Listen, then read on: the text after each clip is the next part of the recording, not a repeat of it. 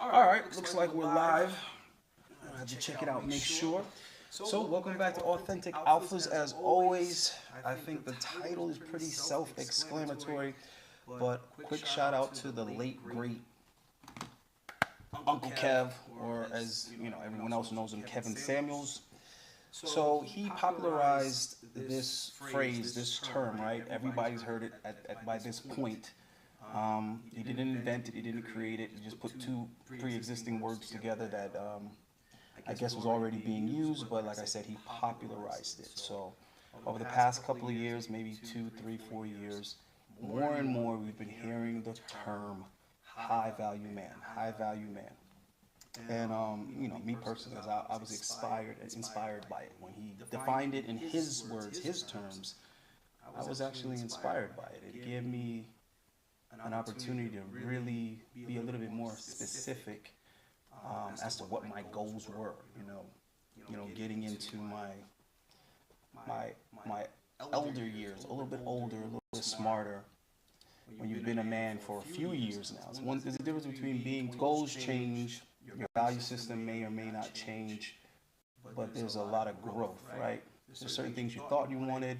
You might have reevaluated that and say, I already had a little bit of that. Maybe it's not exactly what I wanted. Maybe I want more of this, less of that, so on and so forth, right? So for me personally, he gave me an opportunity to really think about what I thought was valuable to accomplish as a man, what was valuable to have, right? So I think everybody should have their own definition. That goes for men and women. I think women individually would have a definition for themselves of what is a man they find valuable, what are those characteristics and how they all kind of blend together, right? How much of what does this particular individual have to where she would see him as more valuable than the norm, downright almost irreplaceable, so to speak, right? And I think as men, we also have to determine for ourselves what we find to be valuable in other men as well as ourselves. What are you priding yourself on that you offer consistently to yourself as well as to others? So in this particular space that we kind of bounce around in the manosphere, I'm on my way out. You know, I'm already packing. I'm getting the fuck out of whatever you guys are calling the manosphere or the red pill or whatever. This shit is becoming bullshit. Very extreme, and it's definitely lost its way. It's becoming more and more something that the mainstream will never take seriously. And it's more complaining than it is presenting any real useful information or solutions, right? So it's more about dwelling on these issues than it is finding solutions, which to me is like the opposite of what manhood is. Men are builders, creators, problem solvers, explorers, all of that type of stuff. They're not dudes that run into a wall and say, oh, I can't because of this and because of that, and it's society and it's women and it's all, you know, that's not what men have been traditionally throughout history. They're the part of the population that finds the way. If there is a way, men are going to find it. So I definitely don't want to be associated with a community that is so pessimistic and always blaming some other shit rather than overcoming whatever that hurdle is. And also, the more we focus on this red pill content or ideology, is the more that we alienate ourselves from the rest of society. And that's where you need to be to make changes. You need to be part of the general population if you want to fucking make a change. It's unbelievable.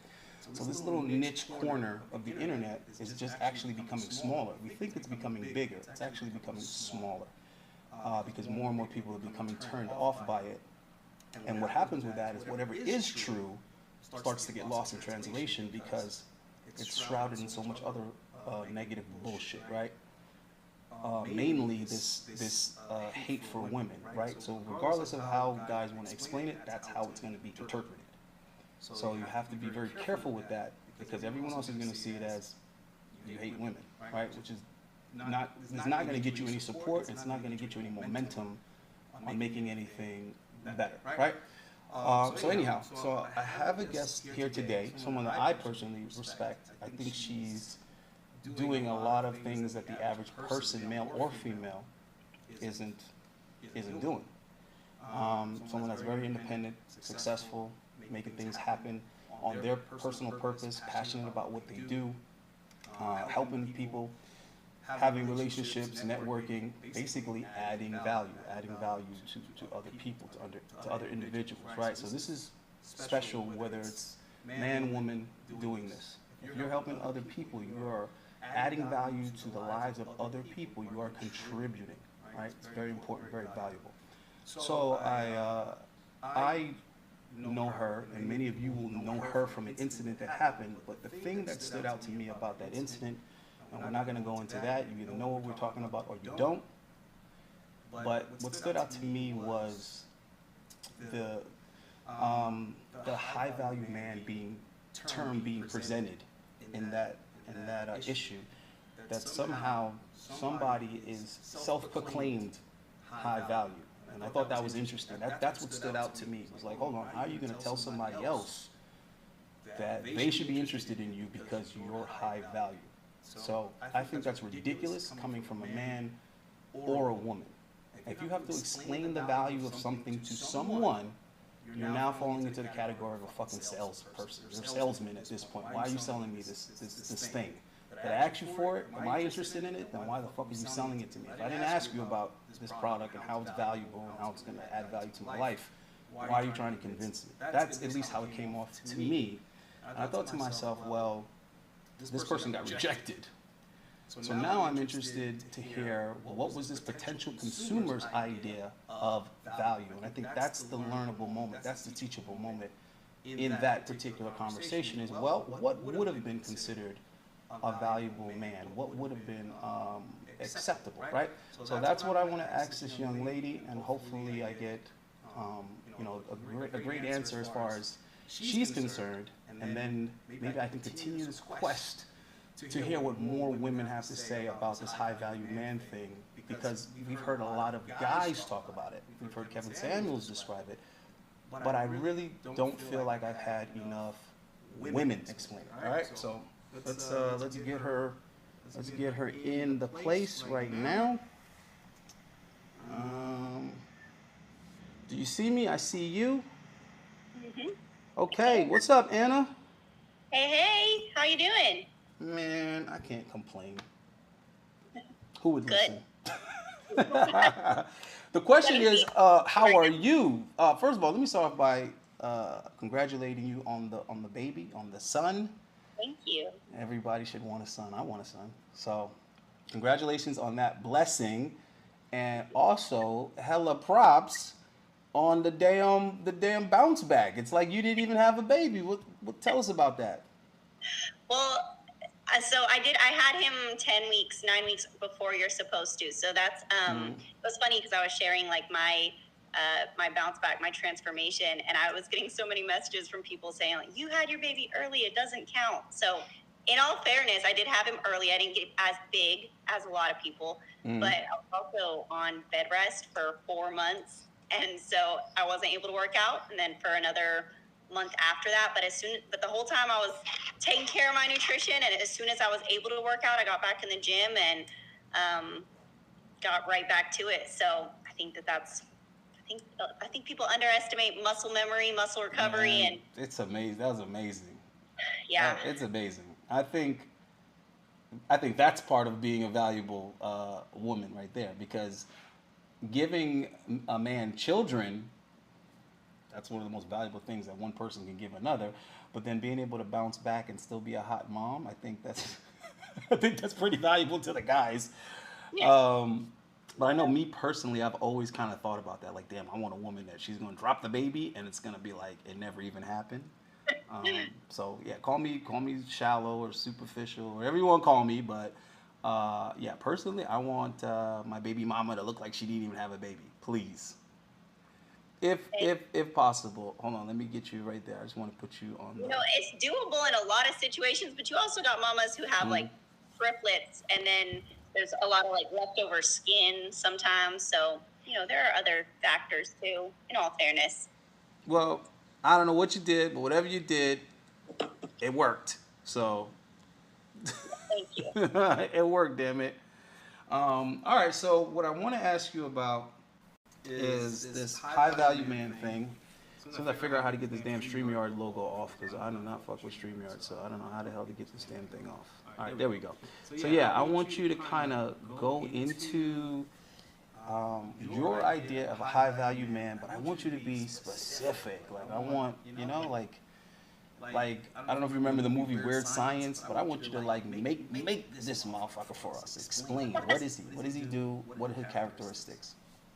Okay, so I tried to come up with a list that are characteristics that I think represent all women pretty well, or most women are looking for in a man. But I will say, like, the one that is probably that I can't group all women as say all women are looking for would be, personally, I believe in the Bible. So a big one for me is the biggest one for me is having a heart after God. That's like a non-negotiable. But the rest of the characteristics I wrote down, I think pretty much all women can agree with. So, ready for them? I actually can relate to that one because my girl doesn't like to pray, and it's a struggle. Like it's a real life struggle.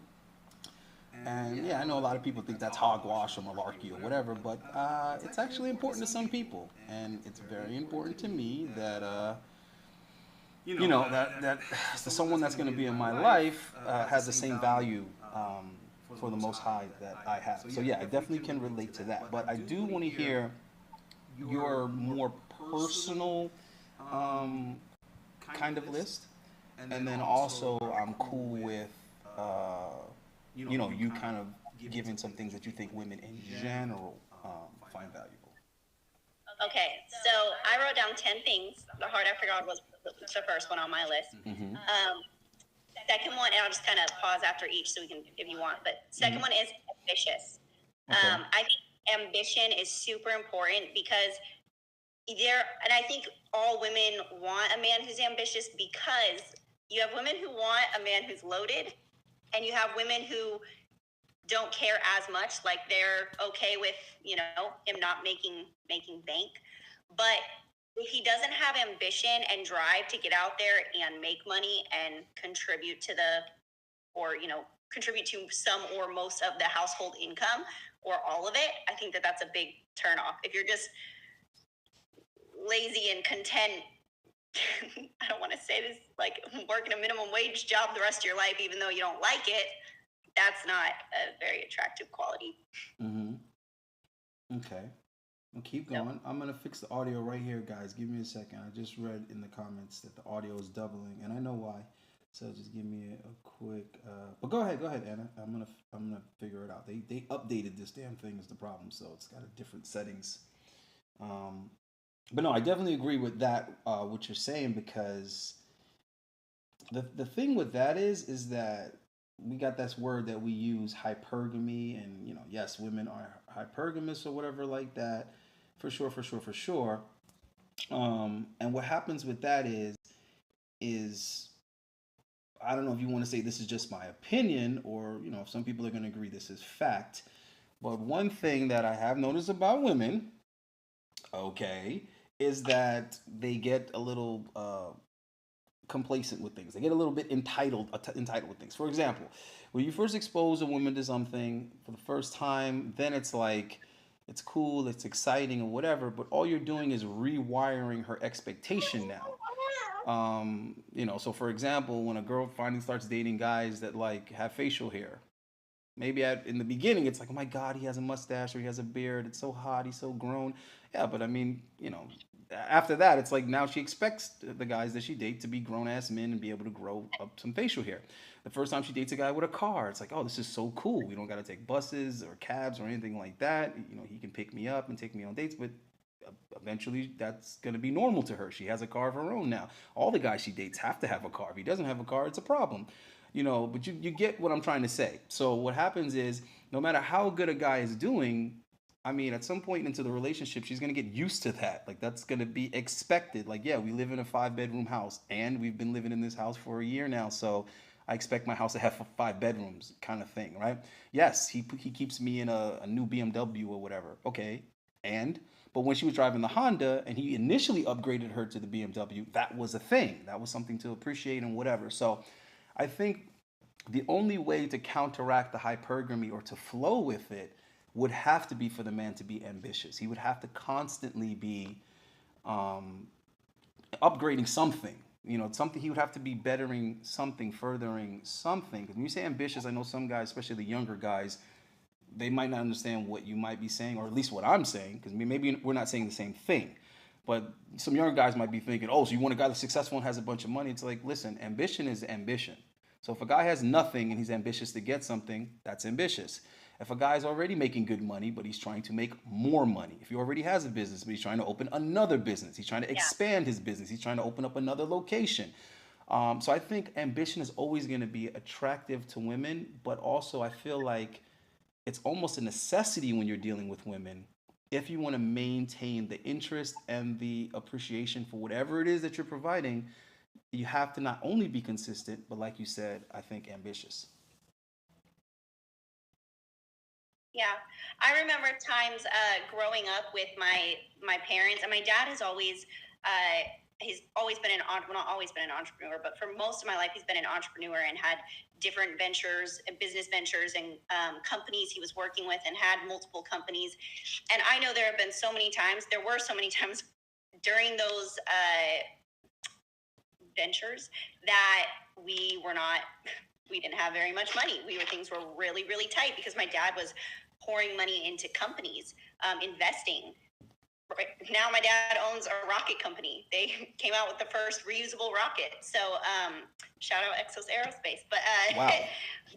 yeah. So, but there were a lot of times where, we didn't have a lot of money at all. But there was never a lack of ambition. And so I know, we had nice things, we had a nice house, but looking at certain times in our history, you would probably think, oh, well, they were broke.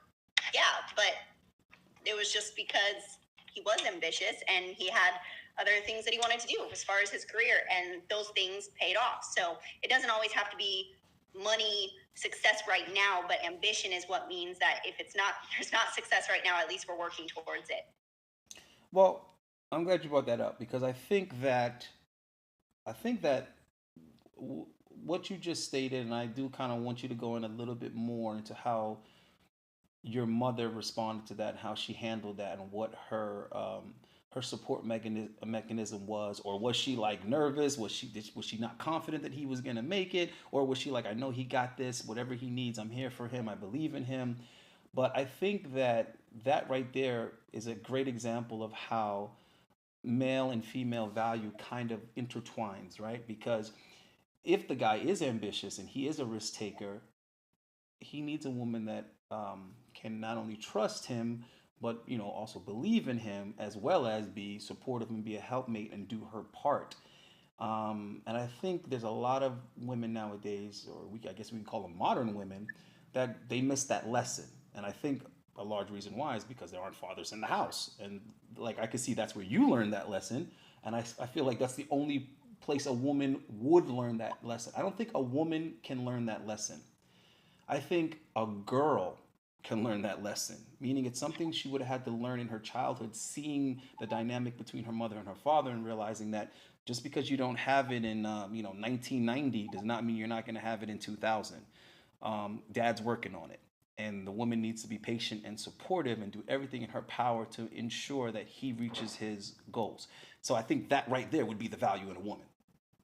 All right, even though that's not the topic of today, is what makes a woman valuable. But I'm just saying that I feel like they go hand in hand. Much like the father being a great leader and disciplinarian requires the woman now to be really good at cooperating and following, and then being the other half of that for the children. Like, listen, I know your daddy just whooped you, but it's because daddy loves you, and rules need to be followed. And I think that duality is where the strength is, which is why I believe men and women are better together. I'm of that belief, and I think a lot of people nowadays do not share that sentiment. Men and women think that somehow we're better off separate and alone. I think that's ridiculous. Yeah, no, I agree with you. All right. Well, what else? What else you got on your list? Well, my dog is having a nightmare and he's crying, Rocky. Wake up. Okay, sorry. He just started crying. Yeah, she said he's having a nightmare. I can't let him keep doing it. Like, I gotta wake him up. It breaks my heart. So wait a minute. Okay. If the dog can have nightmares, can the dog have wet dreams too? Is he like? Is he like? I probably could. I don't know. You probably haven't watched very many of my Instagram stories, but notorious for I'll be talking and he'll be like humping a blanket in the background. With his eyes closed, is he awake or is he? So he's awake, but Oh, I mean, God. my dog is just he's just he's thirsty. You gotta set up some play dates for your dog, man. Yeah, for real. Oh, okay, so I put purpose driven. That's another characteristic I think is super important. If you don't have some kind of understanding of what your purpose is, or you're not actively working on trying to understand that, then work is just always going to be work. And so I think that is not even necessarily. I could meet someone and he might not know what his purpose on this earth is yet, but if he's actively pursuing discovery of it, then that's a beautiful thing. That's a high value characteristic. But even more so, high value, I think, is knowing what your purpose is and actively pursuing it. Okay, well, you're very generous. You are you are very generous because I don't think many women are going to be I don't know what's the word. I don't think many women would be appreciative of a guy who hasn't figured out what it is that he wants to do yet or what he wants to contribute. I think women, generally speaking, especially after a certain age, they're gonna focus more on the guys that already know what they're doing. Like, what, you know what I mean? Like, they're already balls deep in their goal, in their passion, in their process, as well as their their purpose.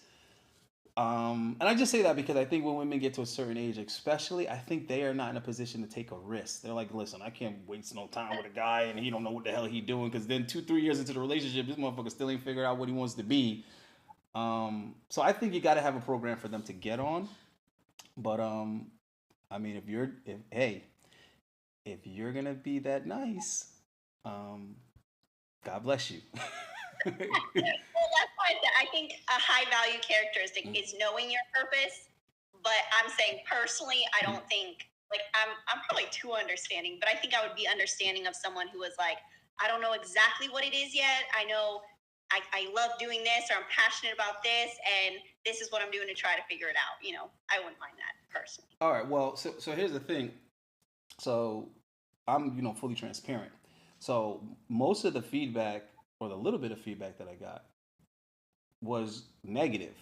Why does Anna Quinn's opinion matter? And I was like, well, see, that type of shit right there is why I'm trying to haul tail away from this this demograph, because I never was in it. Unfortunately, who I was associated with in the past kind of already put me in that realm as far as the initial subs that I got. But I was never interested in that fan base. So I'm just being honest with you guys. I mean, you take it however you want to take it, but I'm really not interested in, like, I don't even watch the content myself because of what it's become. Yeah. And it's comments like that that reinforce my disgust with it, because it's like, so first of all, there's so much hypocrisy in it, because the reality of it is the majority of the guys making these negative ass comments about women, first of all, they know very little about women. That's first and foremost, right? Then they have very little experience with women. So it's coming from a bitter, resentful place, number one, as well as inexperience, right? And then it's like, damn well if Anna Quinn was interested in dating you, if you had a chance, you'd be fucking with her. So why are you even making a comment like that when you know damn well if you could, you would, right? And then on top of that, it's like, well, you've heard of her. She hasn't heard of you. Okay? We know what we know that she's an influencer. We know she runs her own business. She got her own thing going on. We know she got a niche. Okay, homeboy, what do you got going on? What you got? Exactly. We never heard of you, right? So why are you blurting this bullshit out is my point, right? Okay? And then it's like, oh, well, she's a single mom. It's like, okay, hold on, time out. When's the last time you've taken a look at the statistics, what's going on here? A lot of women are single mothers. So those are the dating options right there, okay? So what are you trying to tell me? You're trying to tell me that a large portion of the dating market's opinion doesn't matter? Right? So it's not like what I'm trying to say is there's no seriousness in some of these comments, right? I'm interested to know what women in general think. And I decide what women I respect and what women I don't respect. I decide that. Now, let's say hypothetically, you were an OnlyFans girl, okay? And you had no children. You know what the comment would be? Who cares what this OnlyFans girl has to say? Yeah. You see what I'm trying to say? Who cares what this woman making 8 to 12 grand a month thinks is a high value man? Really? Who cares? I don't know. Maybe some of the thousands of subscribers that she has. Yeah. I don't know. Maybe they care who she thinks is boyfriend husband material. Just wondering. The question is, who gives a fuck what you think? Right? Whoever's the guys that would make those comments, you have to ask yourself, who gives a shit what you think? I guarantee you, much less women care what you think about what makes a woman high value than what men think or how many men care about what these women have to say. Right? And that's just facts. That's just being honest, because these are attractive women, right? Even if we're just talking about the physical, these are attractive women. That means men care. Men want to sleep with these women. Okay? If they want to date them, commit to them, all that kind of stuff, that obviously comes later for guys. But the point is, men are interested in these women. Are women interested in these guys making these comments? I guarantee you they are not. Right? So I'm always saying on my channel, when guys make these type of comments, I'm always like, listen, you do realize that the high valued men that we keep talking about, we don't hear from these men. And the reason why we don't hear from these men is because they're too fucking busy being valuable. They don't have time to make fucking hateful comments on social media. They're not on YouTube calling women thoughts and 304s, and that's not what they're doing. They're out there making money, making things happen, adding value to people's lives, and making experiences with women. That's what they're out there doing. They're out there with the quality women. They're out there with the 304s. They're out there with the thoughts. They're with the Instagram. They're out there with they're with the women. They're talking to the women directly, not commenting about them on somebody's YouTube page, brother. Right? So this is something that really irritates me about dudes, because you're over here talking about women that do not know you exist, nor do they care. And you're over here speaking for men that you do not share that lifestyle with. You don't share that experience.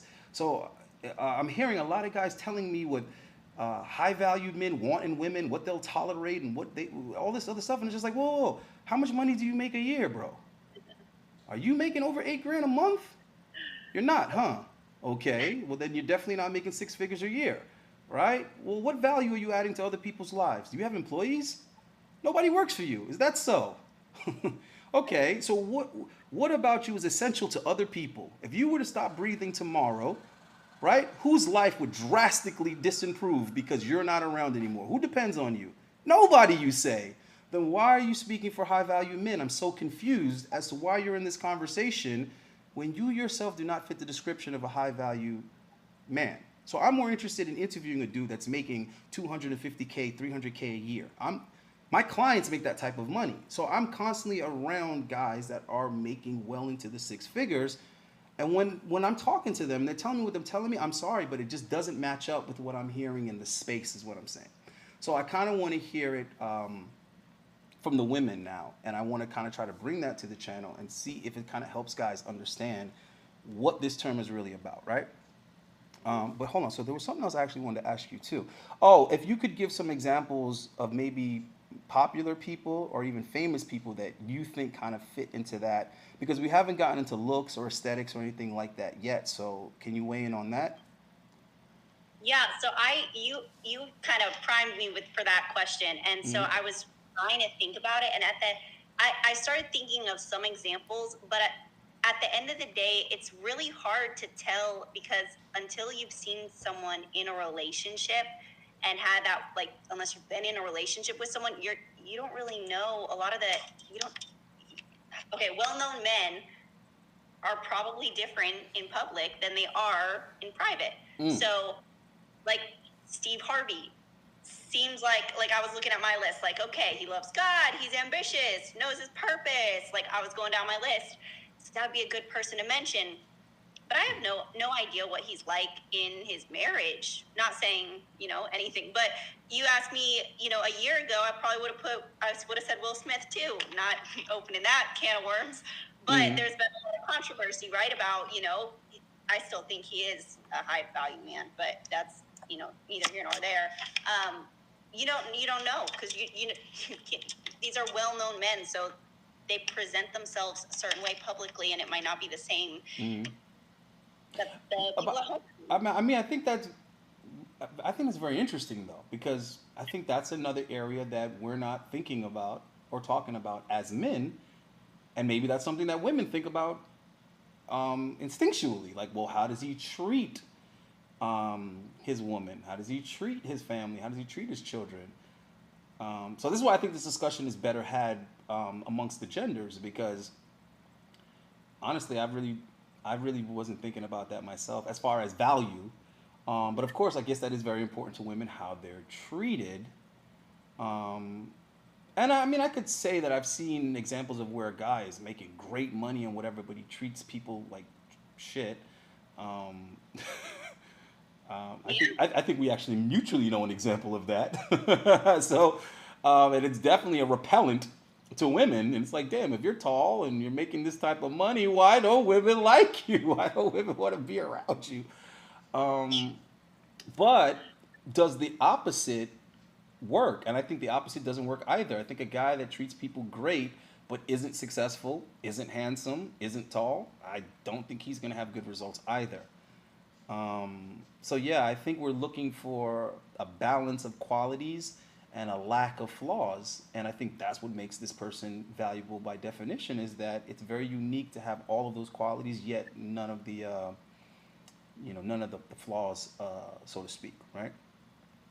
Well, so that kind of ties into the next thing on my list, which is humble. And the Mm. reason that I say that, I also think confidence is super important characteristic, that, and also a high value characteristic. But you can be confident and also be humble, and that's Mm-hmm. where it ties into the whole having flaws thing. If you have flaws but you're able to admit them, you're able to say, hey, I bit your head off yesterday for no reason, because I had a long day at work, and I'm sorry. If you're able to apologize quick, if you're able to recognize those flaws, I lose my temper too much with you, I'm working on it, and, you know, work on those things and try to fix them, make them better, then I think that is another characteristic of a high value man. Well, And see, but I got to give you pushback on some of the things that you say. okay. I think you're way too forgiving and way too generous, because for me, I think that if the dude was really valuable, I don't think he would have bit her head off in the first place. I don't think he would have brought that negative energy home from work. Now, I agree with you with the ability to apologize when you're wrong. I mean, that is an admirable trait in anyone, even a child that can admit that they were wrong and they did something wrong and fess up to it. I think that's awesome. It's a show of character. But I think that a dude that takes out any type of frustration or anything like that on his family or on his woman, I don't think that's a valuable dude.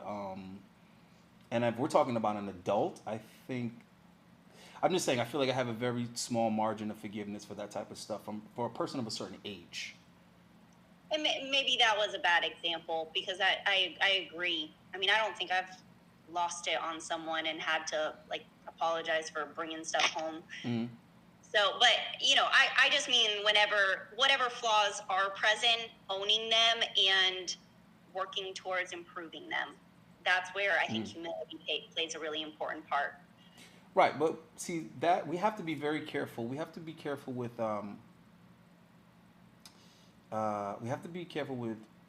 humility, right?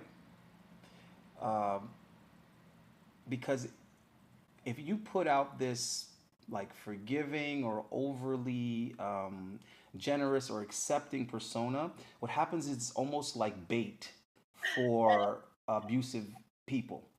and you almost kind of invite people into your life that want to use you and take advantage of you because they're like, oh, this person will tolerate it. This person will allow this shit. So I see a lot of really nice guys, really good guys get taken advantage of because they're kind of, you understand what I'm trying to say? They kind of put that energy out there, like, oh, you can treat me like shit and then say you're sorry and it's cool. And then I think there's a lot of women also that get a raw deal because they're kind of maybe a little too nice, too forgiving. You know what I mean? And then it attracts the wrong type of dude. Like I've had many women that are successful and independent and got all their own stuff or whatever tell me, oh, I just seem to attract guys that aren't leaders, or I just seem to attract guys that are beta. I attract guys who, aren't successful and I'm making more money than them. I'm like, no, you don't. You don't attract them. What it is that you tolerate them and they know it. So they set up camp. They set up shop. They're like, shit, I'm bringing my toothbrush over. I'm bringing my PlayStation controller. Uh, this chick will take me as I am. Eureka. Um, so yeah, I think we got to be careful with that, guys and girls. I think we got to be careful with that because a lot of guys tell me like, yo, Allende, I got to talk to you, and then they're telling me about the issues that they're having with the girl, and I'm like, wait, time out, time out, time out, time out. Dude, this is all to be expected because she showed you this character a long time ago and you continue to double down. You see what I'm saying? You continue to build a relationship with this person. So of course they think that they can treat you like shit and take advantage of you. They didn't get the memo that you're not cool with it, that you're not going to tolerate it because you are tolerating it. So this isn't the person, this is you. You know what I mean? You're going to have to start all over again, bro. You're going to have to start all over again and present yourself with some type of boundaries, right? So that's why I think that when we're talking about women and what they find valuable in men, for me, I think leadership has to be at the top of the list, man. That is on the list. Yeah. I think a guy has to come in kind of knowing right from wrong because I can't see myself constantly apologizing to a woman. I feel like I gotta kind of already come in with my shit together, and keep the apologizing to a minimum.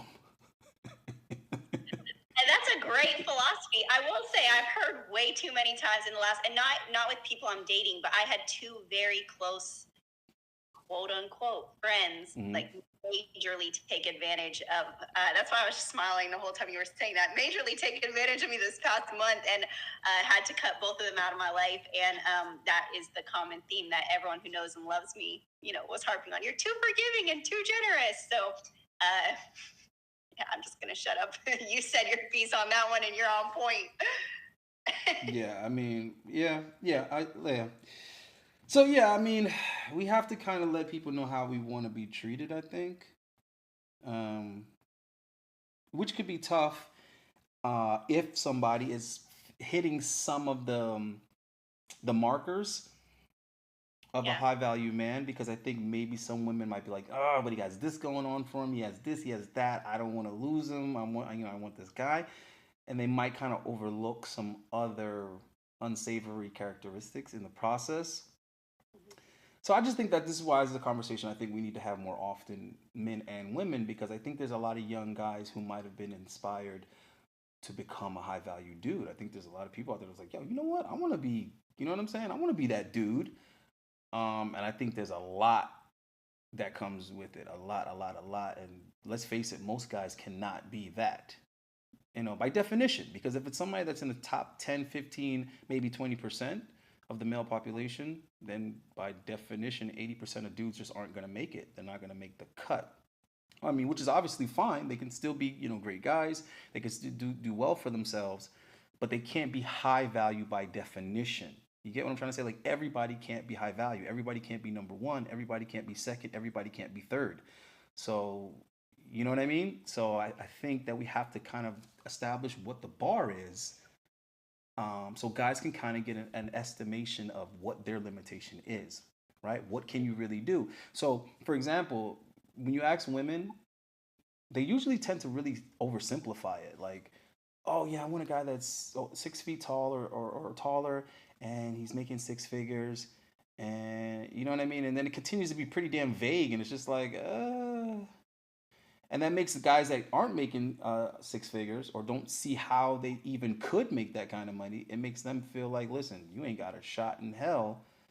And that can't be the case, is what I'm trying to say. That couldn't be the case. right? Because if you're making 75K a year, what are you going to say? All of a sudden that doesn't mean anything because it's not 100K a year? 75K a year, you manage money well, and you match up with a good partner, you can live an amazing life. I mean, what if she's making 60K a year? Yeah. You know what I'm saying? You put that with your 75 and she doesn't have to work as many hours as you can start a family with that. So, yeah. Well, and there are so many professions where I know of couples who are they have happy relationships, happy marriages, and they're blessed, and the woman adores her husband, and he's in the military or a police officer, like definitely not making six figures. But because he is still all of those other things, and he's a leader, and she feels protected and safe, like she, to her, that is the most high value, Okay, hold on, wait a minute. So I probably shouldn't be giving these people attention because not only are they negative, but they damn sure didn't super chat it. But I disagree with this person so much that I want you to address it because it's like, well, I don't know who named you Jesus. Did you name yourself Jesus, or did your mom? I guess maybe it's Jesus. But it's like, dude, what are you even talking about? So it's like, why are you interviewing this clout chasing false accuser? Go take care of your child and quit running these streets. You got pregnant and still wanted to get. Okay, so I'm so confused because number one, I don't see how you possibly could have clout chased when all of the interviews that you did, the interviewer requested it. Like they asked you to talk about the situation. So that's not the definition of a clout chaser. And then falsely accused. I don't understand how you falsely accused them. Where was there something to falsely accuse? There's nothing to falsely accuse. He even admitted that he reached out to you. So see what I'm saying? This is the type of stuff that we're dealing with. So I'm thinking to myself, you make it real hard to defend men when women are like, yo, men are all trash these days. All men are trash, So I remember like 2 years ago when women used to say stuff like that, I used to get on them real quick. It's like, you mean the men that you date? You mean the men that you choose? But the further I get into this space is the more and more I'm starting to see, where these sentiments come from. Because it's like, you guys are really brainwashed to like automatically have this hostility for women, automatically have this disdain to the point where even blatant, obvious truths and facts just somehow they're invisible to you. Because if you were even looking at the situation on paper, you couldn't say any of the things that he just said in here. Like none of it even makes sense is my point. It's not even like it's debatable. How could she be the one clout chasing when she never was actively trying to discuss this situation? She was asked to come and give her side of it. I don't know, man. I'm really losing faith in. Well, actually, I've already lost faith. If I'm just being honest, which I always am. I don't give a shit about views and likes and whatever. I'm not gonna lie to the people. That's the problem with most of these channels. They just tell guys whatever they got to tell them to get the bag. I don't care, bro. Like I've always known how to make money. I'm just being real. Since I was 12, like I knew how to get money. So I don't need to like. What's the word? Like I don't need to pander to anybody on social media to make money. I don't even promote personal training on any of my social media, but yet I can't even fit any more clients in my schedule. So I'm just being real, guys. I don't need to tell people what they want to hear to sell something. But yeah, I lost faith in men in general a long time ago. What I focus on is the men that are optimistic, the men that want to make improvements, the men that want to level up. Those are the guys that I focus on. But trying to like save the Y chromosome, nah, dog. Most of these motherfuckers don't want to do any better. They don't want to hear a way. They don't want advice. They just want to call women out of their name and throw around these catchphrases. Clout chaser. Everybody's a clout chaser now. You're a thought. You're 304. So it's like, bro, Jesus Christ. Oh my God. But anyhow, do you want to kind of weigh in on Jesus, what he's saying here? Well, yeah, I mean, I think you put it, or you summarized it pretty well. But at the end of the day, it's kind of like looking at this list that I wrote of, high value characteristics. It's kind of sad because it really does show.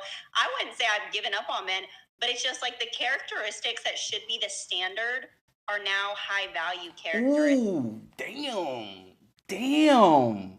And that kind of sucks. Yo, what you just said hit hard. I don't know how many men that resonated with, but I'm sorry, me personally, that resonated with me. because I feel the same way about the women. I agree with you about that with the men, but also equally it's the same situation with the women. Because for a woman to be chaste today, oh my God, that's amazing. You know, for a woman to be loyal and faithful to one dude, that's amazing. It's how, and it used to be the standard. It used to just be what a girlfriend was, Hmm. which is crazy. Nowadays, that's considered a good woman. It's like that used to just be a woman you dated in the past. Like that, that's it. And then a lot of the virtues and the character that we're describing about a stand up dude, that's also looked at as high value now. When that used to just be men in general, Hmm. right? Men in general. And I talk about this with guys all the time. Like, you know, where's your utility level? Right? Like there's a guy, right, that I used to like. I never really worked with him, but work brought us to work with each other. At one point in time, I traveled to Dallas. You're in Dallas, right? Yeah. Yeah, I traveled to Dallas at one point in time, and I had worked with the dude, a few times. A few times I went out there for work, and I had worked with him. He's a really cool dude or whatever. He also was somewhat into bodybuilding or whatever, so I could relate to him in a lot of ways. But like he kind of was like keeping the same girlfriend and shit, and we had access to a lot of beautiful women. So he's one of the few guys that actually like was faithful to like the same chick or whatever. Eventually they got married. Um, you know they had a son or whatever. But together they bought a piece of land in Dallas, and like on the outskirts though. And this dude built a house for his wife and his son Hmm. with his hands. Wow. And that like that really touched me. Like that was years ago, and I still think about it. Like I think about it all the time. I just told my girl recently, I'm like, yo, this motherfucker built a house for his family with his hands. Like I still think about it. Like that house has been built for 5, 6, 7 years already. But obviously he was like posting the process and all the different things he was doing, from the foundation up, each individual room. And I just was like, that's a man. Like that's a man's man right there. You know what I mean? Like what that house is gonna mean to his wife and to his son. Yeah. Like they're never gonna be able to sell. Like I can't imagine his son or grandson wanting to sell that house. It's like my grandpappy built this house with 10 think with his hands, right? But what I'm saying is, I'll talk to guys all the time and I'll ask them, but like, hold on, like, where's your utility at though? What can you fix? What can you build? What can you repair? Like, what can you see what I'm trying to say? And it's like the Yeah. modern dude, it's just whether or not he can afford to get things done, Yeah. money wise. I don't see the blood, sweat, and tears going into anything. And for Hmm. me, I have so many like family heirlooms and shit like that. I have so many things that are valuable to me because of what the men in my family did with that. You know what I mean? Like my grandfather, I have a drill that my grandfather used on the George Washington Bridge. Like to me that's so valuable because of the work he put in with this tool. Um, and I think just like so much of that is evaporating, where the dudes can't hunt, they can't fish, they can't fucking change a spare tire, they can't. And I'm just like, so for now, when a guy does stuff like that, a woman is like taken back by it, like, oh wow, you fixed that, or you just went under there and you just did something and now it works. Like, yeah, babe, like you just clean off your hands. You're like, yeah, throw the rag there. You're like, and she's like, I gotta make this motherfucker something to eat, but I don't know how to cook. And then it's like, you see what I'm saying? And then it's like, oh, whoa. So I definitely agree with you when you're saying like what used to just be the norm as far as values now, those values are considered high value now. Hmm. They become scarce. They're becoming extinct on both sides, right? Yeah. So, I mean, what do you think? What can we do? Is the question. What can we do? I mean, great question. I don't know. Just continue to have conversations like this and put it out there, make it known. Okay, so that other podcast I had mentioned, they're kind of creating a culture of men Mm-hmm. who hate women, and treat women like trash. So I think that right there is the answer. We raise our voices and try to create a culture, a different culture, try to create more understanding around what really is high value, around how to build each other up instead of tearing people down, how to respect each other and our genders for all of the things that we have always been intended to be, like how women have always been intended and were created to be nurturing, you know, things like that. Like learn to appreciate and hold those things as the new standard. Well, yeah, well, I mean, that discernment is missing, and it's troubling because when the dudes can't tell the difference between a female of low quality and a female of, of a higher quality, I feel like we have a problem. I'm not saying the men are the problem. I'm saying the men and the women are the problem. This is what irritates me about this current space and time. And I like, listen, I'm not naive. I know how we got here. This was intentional. The media, entertainment, the elites, they've worked very hard to turn us against each other. It's the same thing with racism. People think like racism is just like this natural, inherent sentiment. No, it's not. It doesn't work that way. They put a lot of money and effort into creating the divide between the races. And I mean, that's a whole nother, that's so much to unlayer with that. I mean, we've been taught that slavery was all about race and all this other kind of stuff. So I'm thinking I got to spend some time to put together content that disproves all of that bullshit. The amount of wealthy landowners in that time frame that were black, the amount of blacks that were in politics, the amount of blacks that had power, that had wealth back then, it's unbelievable. The amount of blacks that fought in the Civil War, the amount of blacks that were commanding troops in the Civil War. They were blacks commanding troops. Abraham Lincoln was black. Okay, and the fact that sounds crazy to people is very telling because it's fucking true. And he wasn't like light skinned, he wasn't like Barack Obama black. He was black. All right, but this is unbelievable to everyone because we've been trained to believe a completely different narrative, even though it goes against logic. And it's the same thing that's going on now amongst the genders, is that you have guys that like they will literally just graze over a good woman because they've been brainwashed that all women born in the 90s somehow are these terrible people and they all only care about money and they all only care about clout and all this other kind of shit. It's like, whoa. What if she only has 500 followers on Instagram? What if it's on private and she doesn't twerk? What if she would never have an OnlyFans? Like, wait, like, dude, time out. There's different levels to this shit. Not all women are the same, right? And that's where I was going with, if it was a girl I was interviewing that was on OnlyFans, not that I have anything against women on OnlyFans, that's their thing, right? Right now I'm going through it because supposedly I'm supposed to be gay because I don't discriminate against gays. Okay, I don't fucks with porn, but I'm cool with people who do. It's their personal choice. We're not gonna watch porn together. I'm not gonna make a porn with you, but I'm not gonna condemn you because that's what you want to do with your God-given right to choice, right? So what I'm trying to say is, if it was a girl that was on OnlyFans, these guys would be saying the same thing. She's a hoe, she's a thought, she's running the street, she's on the cock carousel, all she cares about is clout, blah, blah, blah. Okay, wait, so time out. So, but if it's Anna Quinn, a woman that created her own business, right? She created got her own thing going, right? Has nothing to do with sex work, has nothing to do with sexuality, has nothing to do with monetizing her body. If I'm not mistaken, you deal with mostly female clients, correct? Mm-hmm. Okay, so she's not hustling anybody, she's not manipulating any dudes or anything like that. Wait a minute, why are you guys putting these two women in the same basket now? Do you see what I'm trying to say? Because someone told them to. Right. So to me, that's very scary. To me, that's very terrifying that these guys cannot differentiate anything. It's all the same to them, right? Yeah. And I don't know if that comes from, some type of brainwashing like you're suggesting, or if it just comes with an overall lack of results with women and inexperience with women, and then now you're so resentful about it. It's like, you know what? The problem is women, because women tend to do that, which makes it a very feminine response. Because that's one of the things that irritate me about females. When they're not having good results with men, well, all men are trash. All men are dogs. All men are this. It's like, that's not what it is. You know what I mean? I think you're really bad at choosing guys. That could be it. You're the common denominator here, right?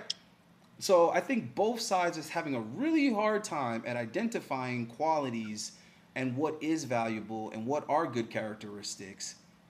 And everybody's just blaming the other gender and not taking any type of accountability. I mean, a lot of these dudes got all these negative things to say about women, they're hiding behind, a screen. We don't even know what the hell they look like, but I can guarantee you these dudes aren't like, they're not like Thor or anything, they're not Captain America. You get what I'm trying to say? So it's like you're acting as if this girl was a good girl and she was all the things that you think she isn't, would she be interested in you? If she was a virgin, would she be interested in you, dude? It's really interesting because honestly, I think, and maybe this is a little conceited to say, but I don't think if any of the people who said, spew these hate messages, I don't think if any of those men actually sat down and had like a 20-30 minute conversation with me, would leave that conversation and say like, this woman's trash.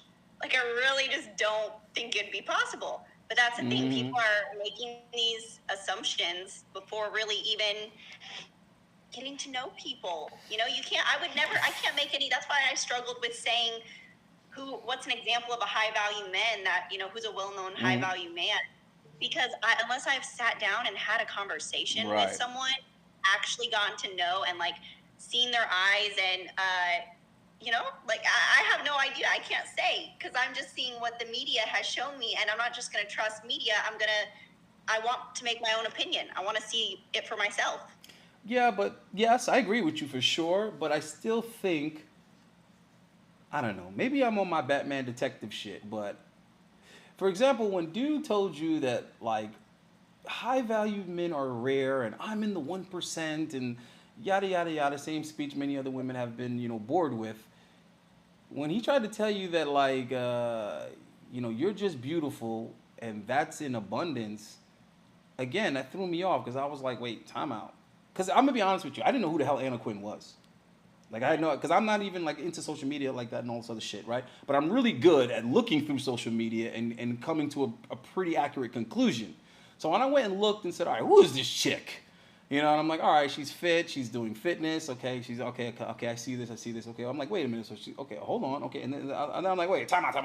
All right, there's nothing about this that's in abundance. You see what I'm saying? I'm like, wait, even if you're talking about Instagram influencers, right? And you're talking about fit chicks on Instagram, that's not in abundance, bro. That's not the majority. Majority of people follow them. Hold on, that's two different things. Let's not conflate the two. There's a difference between something being in abundance and something abundantly being appreciated. That's two fucking different things. You see what I'm trying to say? Everybody can be familiar with this particular Mercedes-Benz. Everybody can be familiar with this particular SUV that Lamborghini makes. But the average person doesn't have one. The average person is familiar with that vehicle. The average person does not have that vehicle. Not the same thing.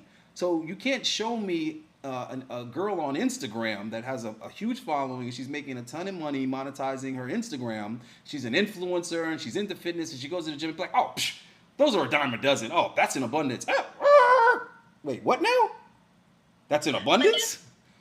That's the thing. He just generalized it because it's like there's no attempt to get to know women past, is she just a pretty face? And that's where he was, pretty women are common, as in, it's easy for me to find an attractive woman. No, that's what I'm saying. I do agree pretty women are common. But I'm talking about pretty women that are making good money, right? They're doing whatever they're doing on some entrepreneur shit. They don't have a boss. I'm sorry, that's not common. But I don't think he even looks past that. I think that's the mindset of men, is they're not even looking into, is this, they're not even doing any work to find out, is this a high value woman? It's just because they don't even know what right. It's a high value it's just another fit chick with a booty pic. Mm-hmm. Right, but from my perspective, because I understand that. Trust me, I understand that 100%. It's like you open up Instagram, it's like, all right, another one of these chicks, right? But for me personally, it doesn't become like, so what? There's plenty of these. It doesn't become that until there's plenty of them in my phone book. Till there's plenty of them that I have access to. Yeah. So if you have that attitude for that reason, hey, player. You see what I'm saying? I salute you.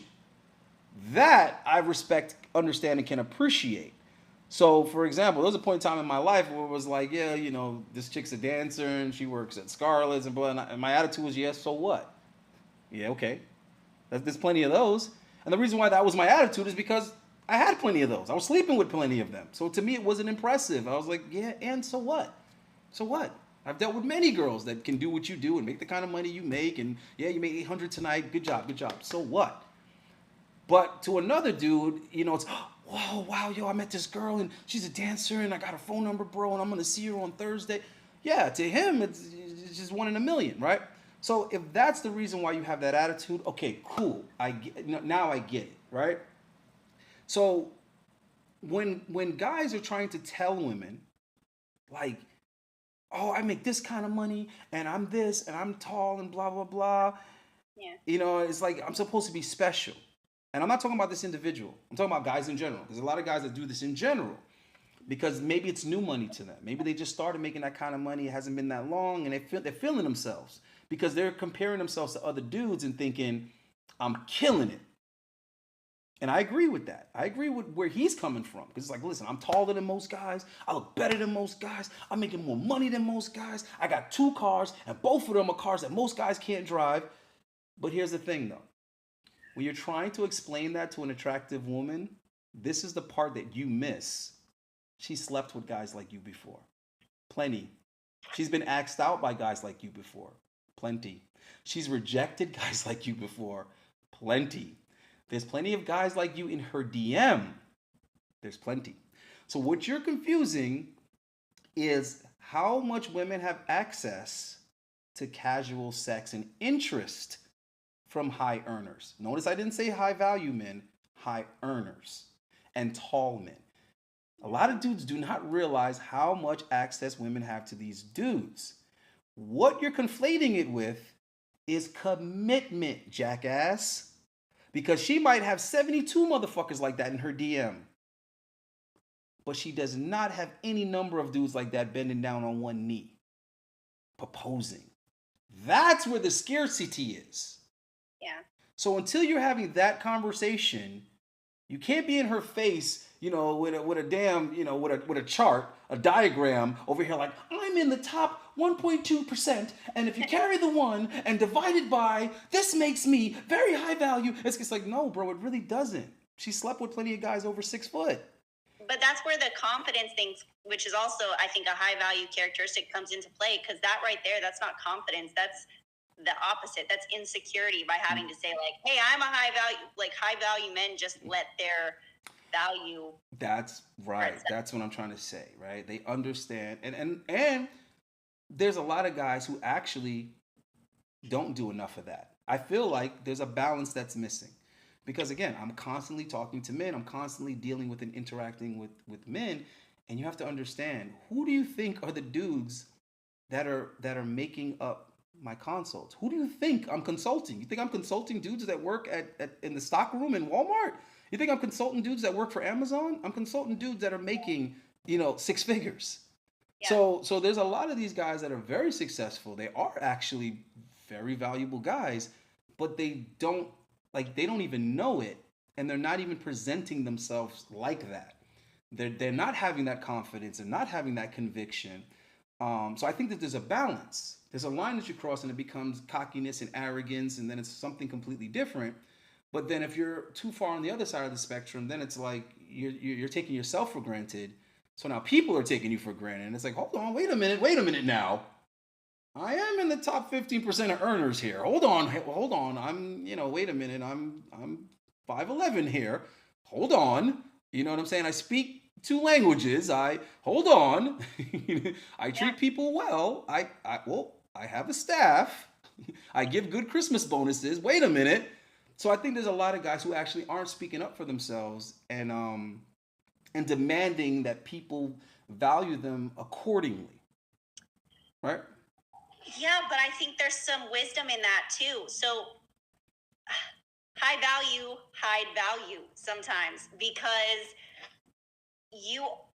when you truly are high value, you're used to being able to have pretty much whoever you want, and you're used to people wanting to be with you because of everything that you bring to the table, whether that's financial aspect, whether that's cars, connections, whatever it is. So, I mean, I don't put everything that I offer out. I hold stuff back on first dates and everything, because I don't want to attract someone just because of everything that I can do for them.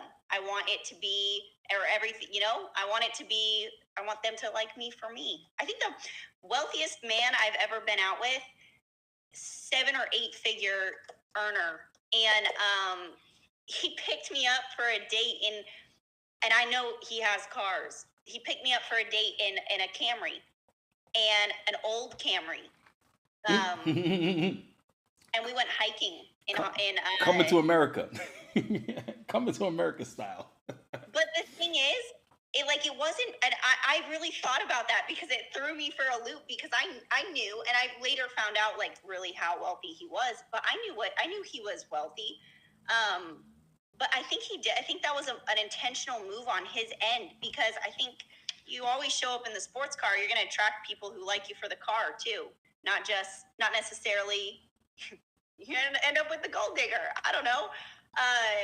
But you hold some things back. You don't hide value, but you withhold some things just to make sure that the person that you're linking up with is actually genuine. Oh no, man, trust me. That's why I said Coming to America, because from I watched that movie, I was a young boy too. I already knew that I'm not showing my ish. I've never showed my my material things or my money or anything like that to get the interest of women. There might be some, isolated instances or occasions where she just happens to meet you and you're already shining, you're already glowing like the last dragon, Leroy. So that's timing. But for the most part, I try to meet women on the humble, and it would be later that they find out, oh, okay, the motherfucker doing well for himself. It's like, yeah, you find out later. I mean, there's been times I met women at work and they think like you just an associate, and then some time goes by, it's like, oh yeah, by the way, I'm actually the manager. Like, wait, you're what now? Like, yeah, I'm the head of security. Like, I head up all this shit. Like, oh, I had no idea. Yeah, well, you know what I mean? So, yeah, I mean, I've always felt like that was the way to go, but that's because I watched that movie. And I just thought that was so dope that he was like, when you think of sanitation, you think of me. I was like, oh shit, the shorty fell in love with the janitor, and he was the Princess Wanda. You know what I mean? So it's like he knew that she was down. She was down for him because she thought he had rats and roaches in the apartment and everything. The man has a whole kingdom. So yeah, I always felt like, yeah, that's the way to go. When you lead with your wallet, I'm sorry, man, I just don't see how it could ever go well. You know what I mean? I really don't see how that's possible.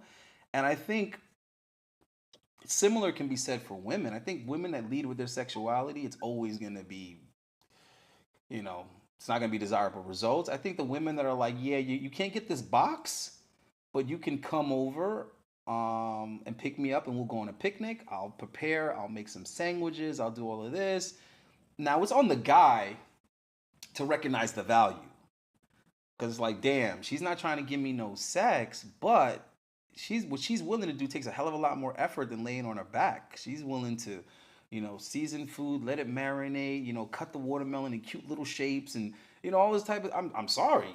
I think that's more valuable than because there's guys that will ask me, and if I don't sleep with a girl within the first night or first 2 nights, should I just leave it alone and give up? And I'm like, what kind of question is that? I'm like, so wait a minute, this chick is interested in continuing to see you, but she didn't sleep with you right away, bro. That's a green light. That's not a. You see what I'm saying? Like, what kind of question is that? You know what I'm saying? And then there's plenty of guys that are like, oh yeah, I hooked up with my girlfriend the first night, and I'm like, oh.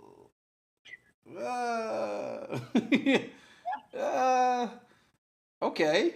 You thought that was a good idea to build a relationship on that? And I'm not saying that can't happen.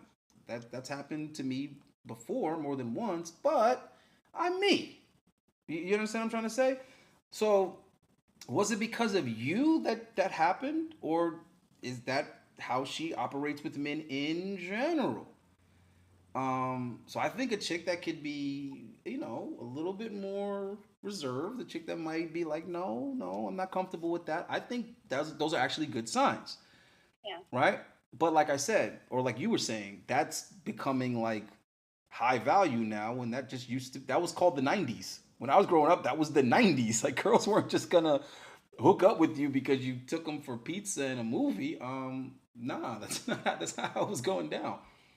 I know this is not really off topic, but kind of down a whole other road. But that's why dating now is such a pain in the butt, because everyone's just, hey, come over to my place, let's watch a movie, and I'm like, is that what about a first date? Like, what?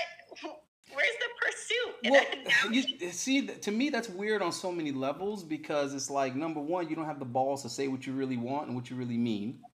Yeah. So number one, I can identify with that because I like to be direct. The next thing is, if you did hypothetically genuinely want to see or watch a movie, then I would want the entire experience. I want to pick her up. I want to get out, walk around to the other end of the car, open up her door for her, and all that type of stuff. I want to play the right music in the background. I want to have my cologne on fleek. I want to do all of that. I want to make sure the temperature is right on the AC. I want to show her my parking skills. You know what I mean? I want to, hold hands and buy my movie. You see what I'm trying to say? I want that whole process. I want to wait online and get the snacks. I want to have her bring a big purse so that we can smuggle in snacks that they don't sell at the movie theaters. I want to smuggle in some little bottles of liquor if I'm in the mood to drink once in a blue. You see what I'm saying? I want to do all that type of shit and share that entire experience. That's just me though. Also, it's kind of weird to me because I don't want some stranger in my fucking house. I'm just saying, I don't know you. I just met you. Yeah. I don't think I want to just invite you over to my personal space before you've been vetted. So a lot of that is just kind of weird to me. You know what I'm saying? I'm not saying that I'm not down for Netflix and chill. What I'm saying is I have an iPad and I know a nice hotel. The Wi-Fi is pretty good. We can Netflix and chill there because you're a stranger. Stranger danger. Right? And I feel like if she's worth the risk of allowing her into your home, she's worth taking the chance to take her out on a date. I don't know. I could just be old. No, see, and that's where I think a lot of my attributes for high value men, and maybe I think a lot of women, we have expectations. We have old school expectations. We want someone who is chivalrous. I can't say that word right now. Chivalrous. Yes. We want loyalty. We want honesty, even if it's not. I mean, some women don't actually want honesty all the time. But hold on, because I'm not gonna let no bullshit slide on my channel. The problem with a lot of that is that these women come to that conclusion later. They've already been on the cock carousel. Wait, hold on. Do you know what that expression means? I want to make sure that we pull out the thesaurus on this and you know what I'm saying here. I mean, it's kind of self-explanatory. There you go. All right, smart girl. Okay, so yeah, see, the problem is when that's a girl that has had the bar lower at one point in time, and then she said, okay, I'm tired of this and I'm tired of getting treated this way and, blah, blah, blah. So now I'm going to go ahead and, raise the bar and the standards and expectations now for these future guys. That's when it becomes an issue. And some guys are like, time out. Yeah, we're not doing that. You know what I'm saying? You're not going to give it up to Chad, Tyrone, and I guess we could throw Pookie in there too. And then you're going to try to make David, you know what I'm saying, jump through all these hoops and do all this extra stuff when those other guys didn't have to do that. So I think that's where that gets a little bit tricky. But how many guys are actually, like I said earlier, using discernment and knowing how to tell these women apart? I know how to identify a good girl, bro. I know how to pay attention to a lot of different subtle, things that are going on other than what she's telling me. I don't really pay attention too much to what she's saying. In terms of what she's trying to convince me or tell me, yes, I pay attention to what she's saying, looking for, some clues and some information here. So yeah, there are some girls that are still, good girls. So that's where that gets tricky. Is that you can't say all of a sudden I expect men to treat me a certain way, and and it's like, well, are you deserving of that? And there's also a conversation that needs to be had, because you're trying to fucking run game. Because if you used to be promiscuous and you were for the streets, are you trying to conceal that and trying to pass yourself off as something else? Are you trying to wash over gold here? Is this gold plated? Or are you being, fully transparent here and saying, listen, I've had certain past experiences. I've made bad decisions in the past. I've let guys take advantage of me. And, and I just don't want to rush into things anymore. I don't want to make that mistake again and then expect a different result. And I've had those conversations with women. I'm like, okay, great. This is awesome. You know what I'm saying? Now you took the pressure out of it. You took the deception out of it. I feel comfortable now. Now we can communicate, right? We can communicate, because the same way you've been that girl, I've been that guy. So we're good. That can happen. Just don't be trying to trick me is what I'm trying to say. Don't be trying to, play me, like some dummy. Yeah, it comes down to, don't expect a level that you aren't. Don't expect high value man. You're not a high value woman. So if you were promiscuous, that's in the past, and now you're moving forward. All right, that's one thing. But if it's still kind of, you saw one foot in, one foot out, then you can't have expectation that you're gonna deserve someone and get someone who is 100% on the, or high value, or has been on that road for a long time. Right. Yeah. Because look, even like I was saying before, because I know when we first spoke, the first thing I did was I put myself in that position, because like I'm a man. So, whether a man mistreated you or whatever the case may be, I'm always going to relate with the guy more than the female. You see what I'm trying to say? So, whatever story a woman has to tell, I'm not putting myself in her position. I'm putting myself in the position of the guy. And I'm thinking to myself, how would I have handled that? You know what I'm saying? What would I have done? Would I have made the same mistake? Right? So, if I, like, for example, because the teachable moment that came out of this, shout out to the Tip Network, by the way. And they talk about this a lot, Grover especially. His perspective on it was, you don't want to shit where you eat, so to speak, right? You don't want to be dealing with women in association to your job, to your business. This is something I've been saying for the longest. There's plenty of guys that try to give me pushback on it and an argument with it, and it's just like, time out, real quick. How old are you? You're 23. You want to argue with me? I'm twice your age. Shut up. You know what I'm saying? Because I'm not acting like I'm perfect. I'm trying to tell you, been there, done that, made that mistake, dumbass. This is why I have this viewpoint on it. Because I've gotten into trouble before for dealing with girls that went to my school, or that were associated with my workplace, or were in my neighborhood, or somewhere affiliated by me where it can be labeled as shitting where you eat. So when older guys are trying to tell younger guys things, a lot of times it's like, Jesus Christ, you young boys are so damn lost nowadays. You don't even realize when you need to just shut up and take your notepad out. Like this is, men are supposed to be teaching and guiding younger men. Like, that's what it's all about, is us passing on our experiences so that we can become better as a gender. So if I'm telling you, do not deal with women that go to your gym, do not deal with women that either come to your job or work with you, there's a reason. I'm not hating, dumbass. What the hell do I look like hating on you? I don't even know you. So if I'm giving this advice to men, I'm not trying to hate on your prospects. I'm trying to tell you that 9 times out of 10, it's not worth it. And guys think, because this is the type of stupid shit that guys will say, oh, well, I know a guy who married somebody he met at his job. It's like, Jesus Christ. You sound like a woman. That's what a woman would say. A woman would talk about the what you call it, the exception. That's female thinking. Well, I know a girl that got married to a guy that she slept with the first night. And shut up. Jesus Christ, you're telling me a 1 in 100, a 1 in... You see what I'm saying? You're not telling me about 50 people that had that result. You're telling me about, well, I know this one person. Well, I don't know her, but she's the cousin of the sister of the aunt of the... You see what I'm trying to say? So don't tell me about this one guy you know that married a girl that he met at work. Let's talk about all the guys that got fired. Let's talk about all the guys that got sued. Let's talk about all the guys that are listed as non-hireable now. They can't even go get another job in the same field because it went bad with a chick that they worked with. So no, it's not worth that risk, is what I'm trying to say. And if you're limited to that, that means you don't have enough options, buddy.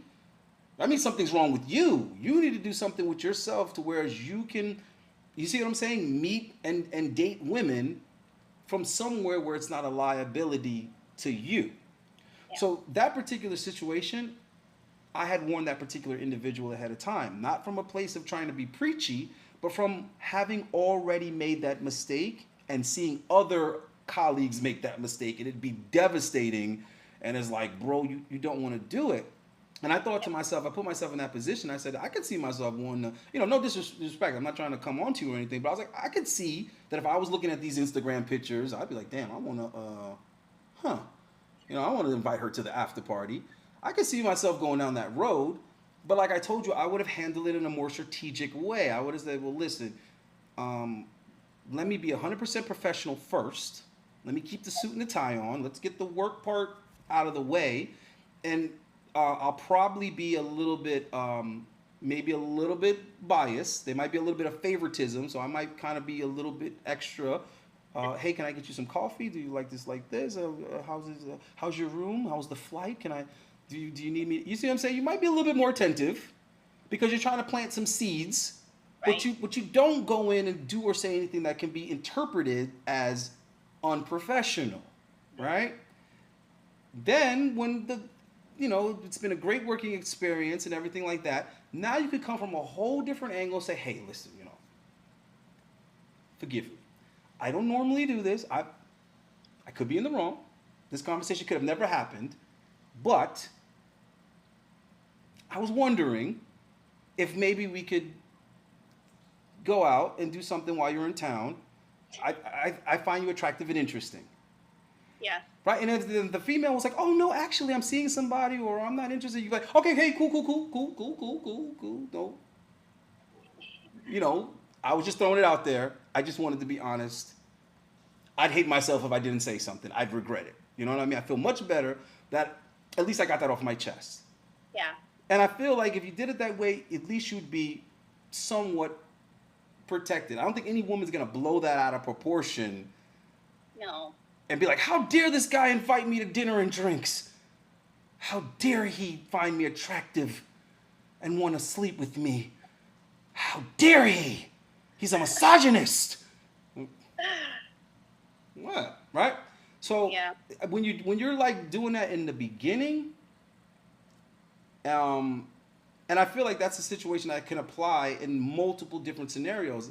If it's a girl you go to school with, I feel like right away, first time you're seeing her and meet her, you're like, hey, what's up? You got a boyfriend? It's like, whoa.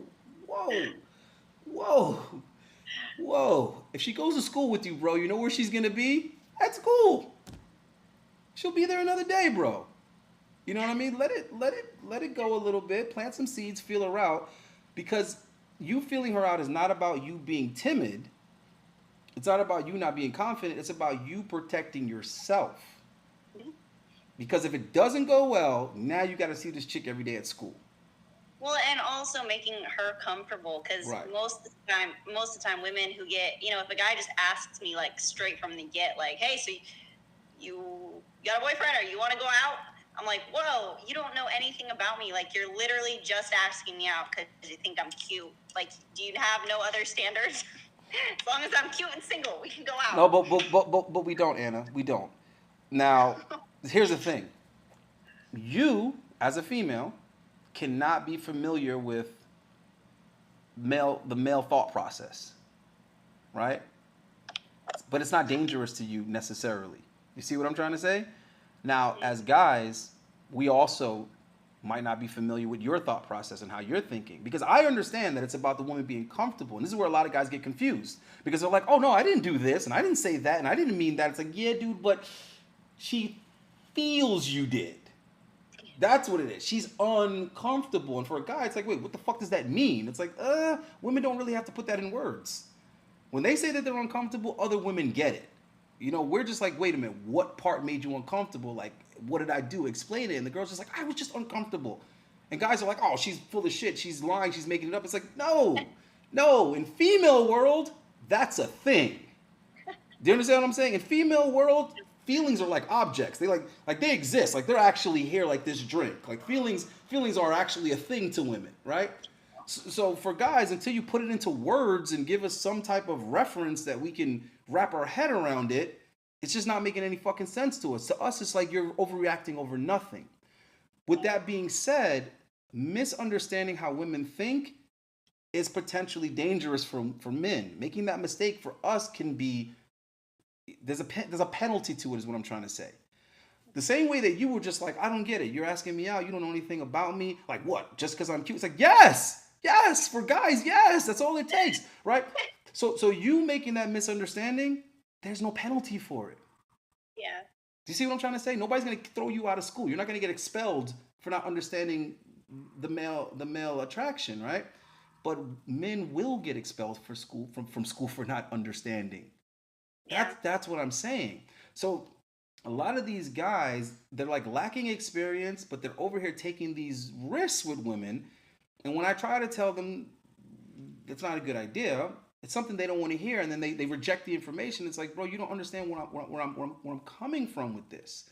So when you're telling me, oh yeah, I met this girl from Hooters, I'm like, nope, stop. Aboard. They're like, no, again, she gave me her number, whatever. It's like, bro, stop. Aboard. Then they're like, oh no, fuck that. Allende's hating on me. He said he didn't give me the answer I want to hear, so he's not the guy for me. I'm gonna go to a dating coach. It's like, okay, you fucking idiot. I'm telling you to abort because you don't even have enough experience with regular ass women with regular ass jobs. You don't have enough experience with chicks that work at Walmart. You don't have enough experience with chicks that work in a dental office. But here you are trying to pursue a chick that's a cocktail waitress or a bartender or works at Hooters. Bro, you not understanding her is going to come with a penalty, right? Your naivety is going to come with a penalty. A woman messing with an investment banker or a woman dealing with a dope boy or something like that, her dealing with a type of breed of dude that she's not familiar with, it's not necessarily going to come as, I'm not saying it's not, it can, but it's not going to be as, what's the word? It's not going to be as society driven as it would be for a guy. You making that mistake for you, dude, is going to cost you, is what I'm trying to tell you. You not knowing how to handle a chick that works at Hooters, I promise you, it's going to cost you. You're going to be ordering a lot of sirloin steaks. You're going to be getting a lot of, yeah, I'll have another drink. Yeah, I'll have another. Bro, it's going to cost you not knowing what's going on, is what I'm trying to say. So a lot of guys do not want to hear the honest answer. So I can see why a lot of so-called YouTubers and dating coaches and whatever, I can see why they're giving out such trash content and information as far as being accurate and honest, because they don't want to deter guys. Yeah. You see what I'm saying? They don't want to have guys be like, oh, fuck this channel. I don't want to hear this shit. I don't like what he's saying. Right? But it's like, bro, I'm trying to tell you guys the reality of it. These guys want some type of cheat code and all this other bullshit. It's like, no, bro, no. Right? You need to go work on you and build some attractive characteristics if you want to do well in this game. If not, you're going to keep overworking, overexerting yourself, overpaying, overweighting, over everything. Everything is going to be harder, take longer, be more difficult, be more disappointing until you first build something that the chick actually wants. Yeah. And then a lot of these dudes be over here doing all this extra stuff just to get in the bed. And the reason why they have to do so much to get in the bed and they got to do so much to get in the bed again is because they're not bringing nothing to the bed. So matter of fact, now I'm going to ask you, in your experience, I don't want to get too much into your personal sex life, but you talk to a lot of women, so I know the topic comes up. In your experience, what percentage of men would you say are actually satisfying to women in the bedroom? Because I know this is a complaint that women have, and you talk about it amongst each other. Oh, so few. You gotta put a percentage on there. Men, we like numbers. I mean, I don't know if I can put a percent. I mean, less than 10%. All right. See, you know what? I know this isn't gonna mean much now, guys, because Anna Quinn is just one female. But I'm gonna continue to ask women these questions. This is one of the questions I'm adding to the list, and I'm about to go back full throttle into interviewing women consistently. So I'm just giving you guys a heads up. Get ready now. Get your graphs out. Start writing this shit down. woman number one that asked this question, so you're number one. Woman number one asked this question.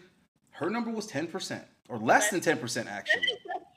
Right? So I'm gonna let it ride, because I tell guys less. I tell guys 80% of the time women do not come to orgasm in sexual encounters with men. 80% of the time.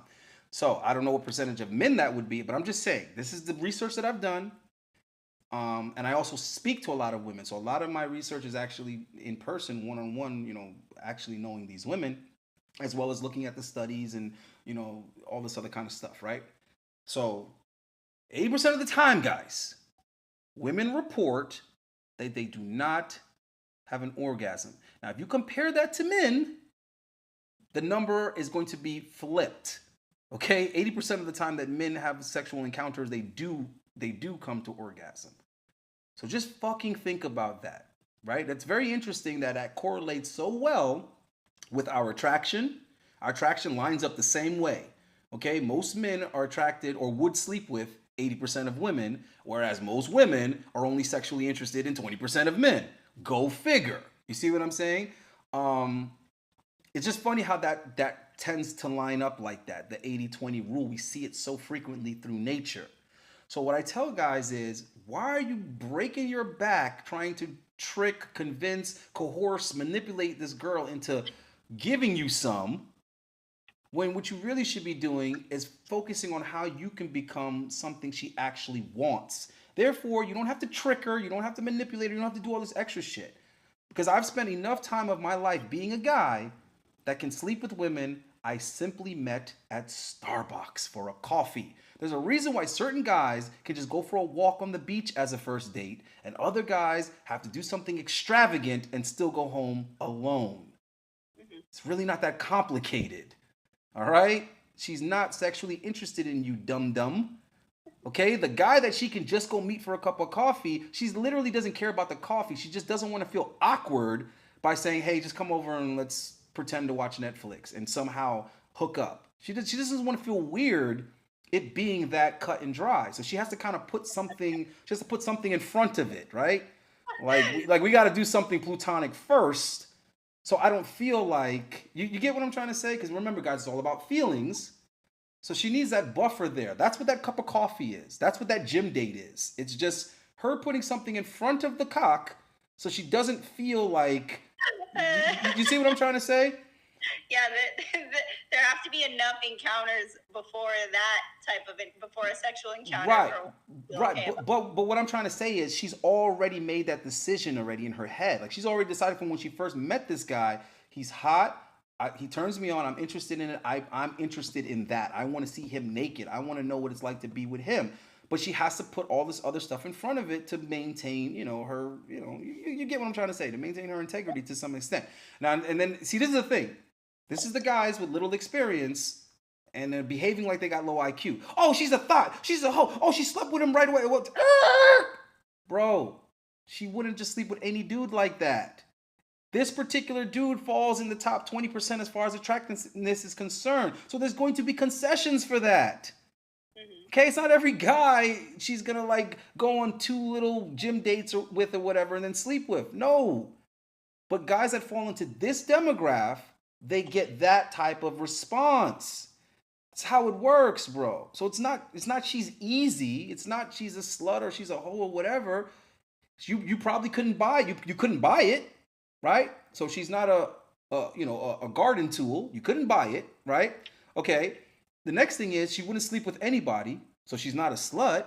You see, we have to put the right definition with these words is what I'm trying to say. Okay? Now, there are women that sleep around and all the guys that they sleep with are attractive, but that woman would be promiscuous. She would be addicted to sex in general, and obviously she's going to go for the guys that she's attracted to. What I'm trying to say is all of that is not the same. And the guys that understand that are the guys that are having experience with women, the guys that are having these honest conversations with women, the guys that have been in those positions. If you're not a dude that can meet a girl for coffee and then be sleeping with her in less than 48 hours, then you wouldn't fucking get it. You wouldn't be able to tell these situations apart. You'd be the guy on the sideline like, oh, she just met this guy, she hooked up with him, what a hoe. It's like, can you sleep with her? I guess she's not such a hoe then. Good Lord. You see what I'm trying to say? Um, so I think a lot of guys need to first focus on actually having these skill sets because the coach isn't going to put you in the game if you can't score. Yeah. You're just going to have to sit the bench. You're going to have to keep on going to practice. And you're going to have to bring your skills up before coach is finally going to turn around, look at you and say, get in there, man. Let's see what you got. And if you got to wait on somebody to get injured or somebody that have food poisoning before you can get in the game and play, we got a problem. So there's a lot of dudes that they're going out with women, but you're going out with women by default.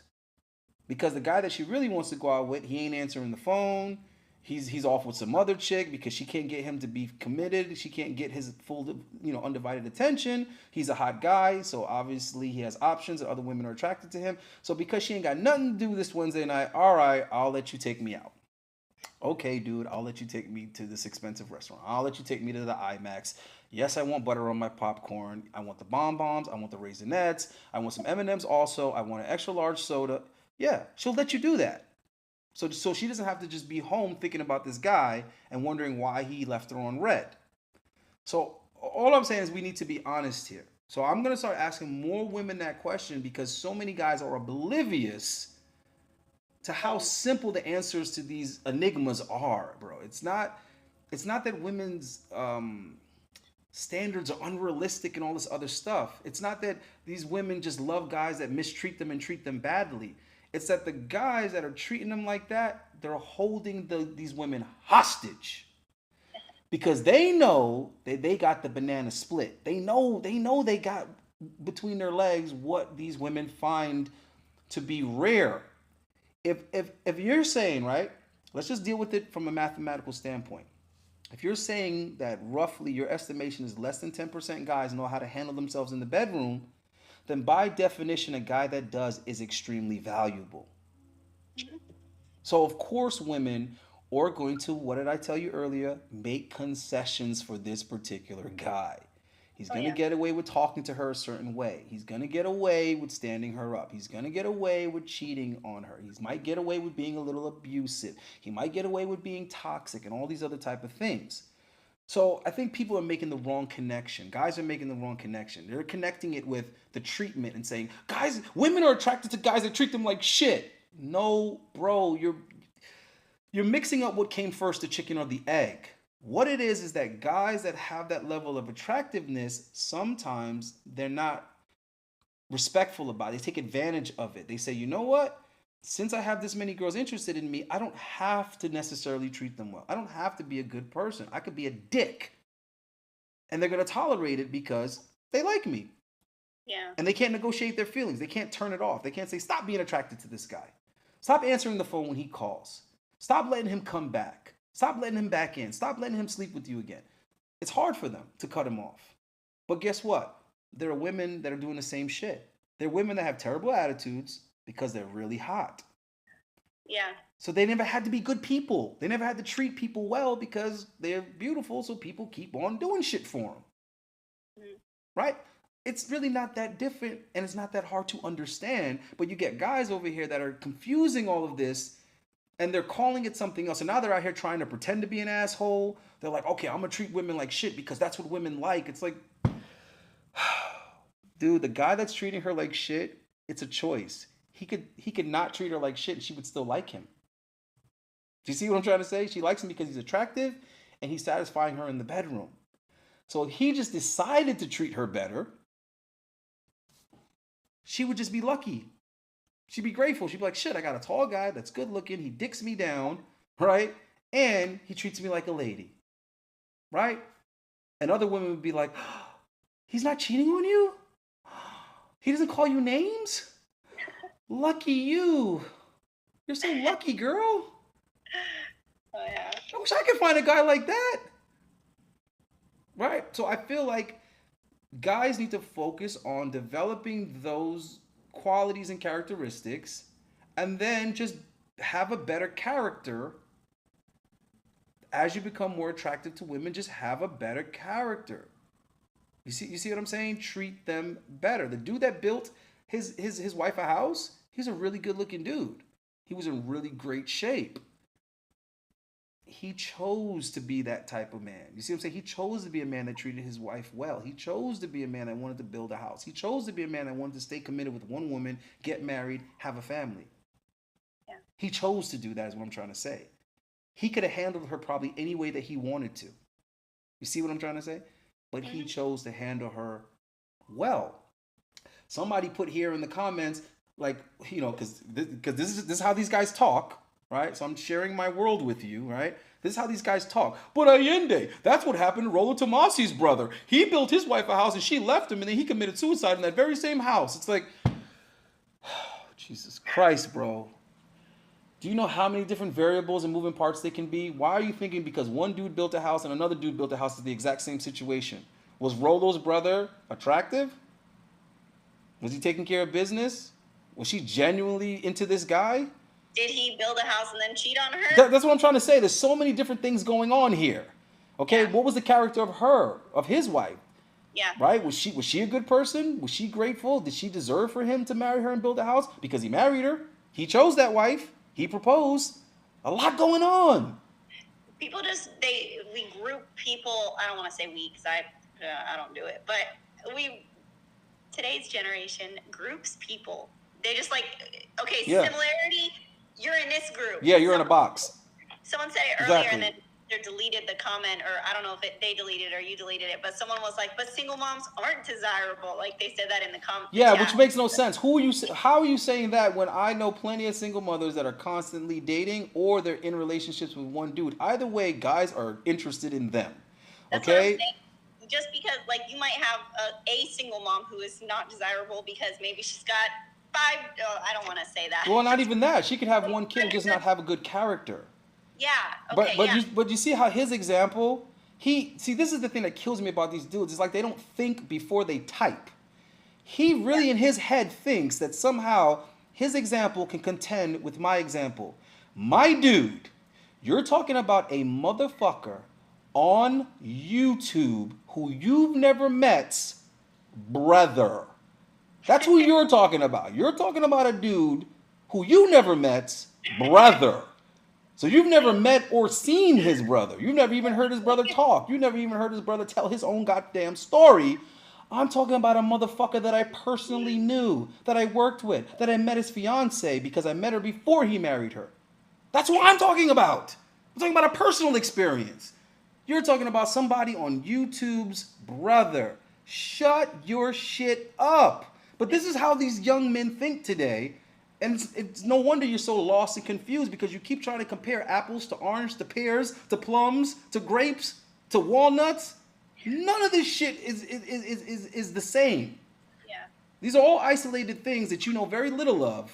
Just like people are trying to act like they can have an opinion on you because of something they saw on YouTube. It's unbelievable to me. And then you're questioning my judgment as if, you know, like you've spoken to Anna Quinn. Do you see what I'm trying to say? But you're questioning my judgment. Why? Why are you even watching my channel then, bro? Because what you're saying isn't making sense. So when I was younger, I don't remember young men being so stubborn and acting like they knew so much about so little. The way these dudes talk about these things is amazing to me because you have no experience with any of these things. Mm-hmm. This dude's in here talking about some other dude said that 6 figures ain't even it anymore. It's all about millionaires now. Okay, my dude, do you know that dude? So why are you acting like what he said somehow now is the new rule of thumb? Who is this dude? I never even heard of this dude. And then, are you making 6 figures? Are you a millionaire? What the fuck are you even talking about? I mean, not to mention, who is this audience that was polled? Like, what is this statistic? Is this women over a certain age? Is this women of a certain, you know, like? Bro, it just doesn't make any sense is what I'm trying to say. None of this stuff is like grounded in anything. Not logical. Right. I'm always trying to be a rational person here. It's even like, for example, when women are like, I want a guy that's over 6 foot. Guys will have all of these negative things to say and all this criticism or whatever for that desire, and I feel like they're coming from the complete wrong place because number one, you're not even a female. So you're not even understanding where they're coming from when they say that. And then you're like, oh, well, that's only 16% of the population. So like, that's not realistic and blah, blah, blah. It's like, bro, you're thinking, you're thinking from your perspective as a man that's not over 6 foot. That's where you're thinking from. You're not realizing that the average woman has access to guys over 6 foot.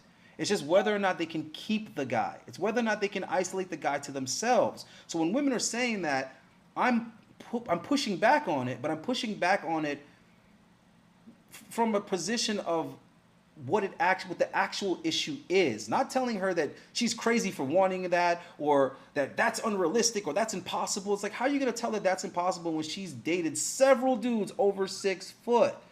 The conversation that needs to be had is, yes, I understand what you're attracted to. I understand what you want, right? I understand you're wired to be attracted to exceptions. Your sexuality is set up to breed better genes. If you're going to have a baby, of course, it makes more sense for you to have a baby by a taller, stronger individual than for you to propagate weaker genes. That's just common sense. But the thing is that what is it about you that's going to give you an advantage over all these other women that also want that same guy? That's the question. Just like, for example, for me as a personal trainer saying, you know what? I'm only taking clients that make over 125K a year. Or I'm only taking clients that make over 150K a year. Now, here's the thing. Somebody could be like, Allende, you're crazy. You're entitled. That's unrealistic expectation. Most people don't make that kind of money. Only 10% of the population is like, no, shut the fuck up.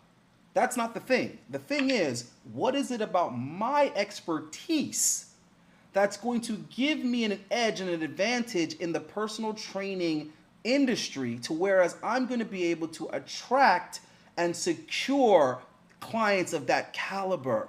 That's the question. Yeah. Okay, I'm not crazy for wanting those clients.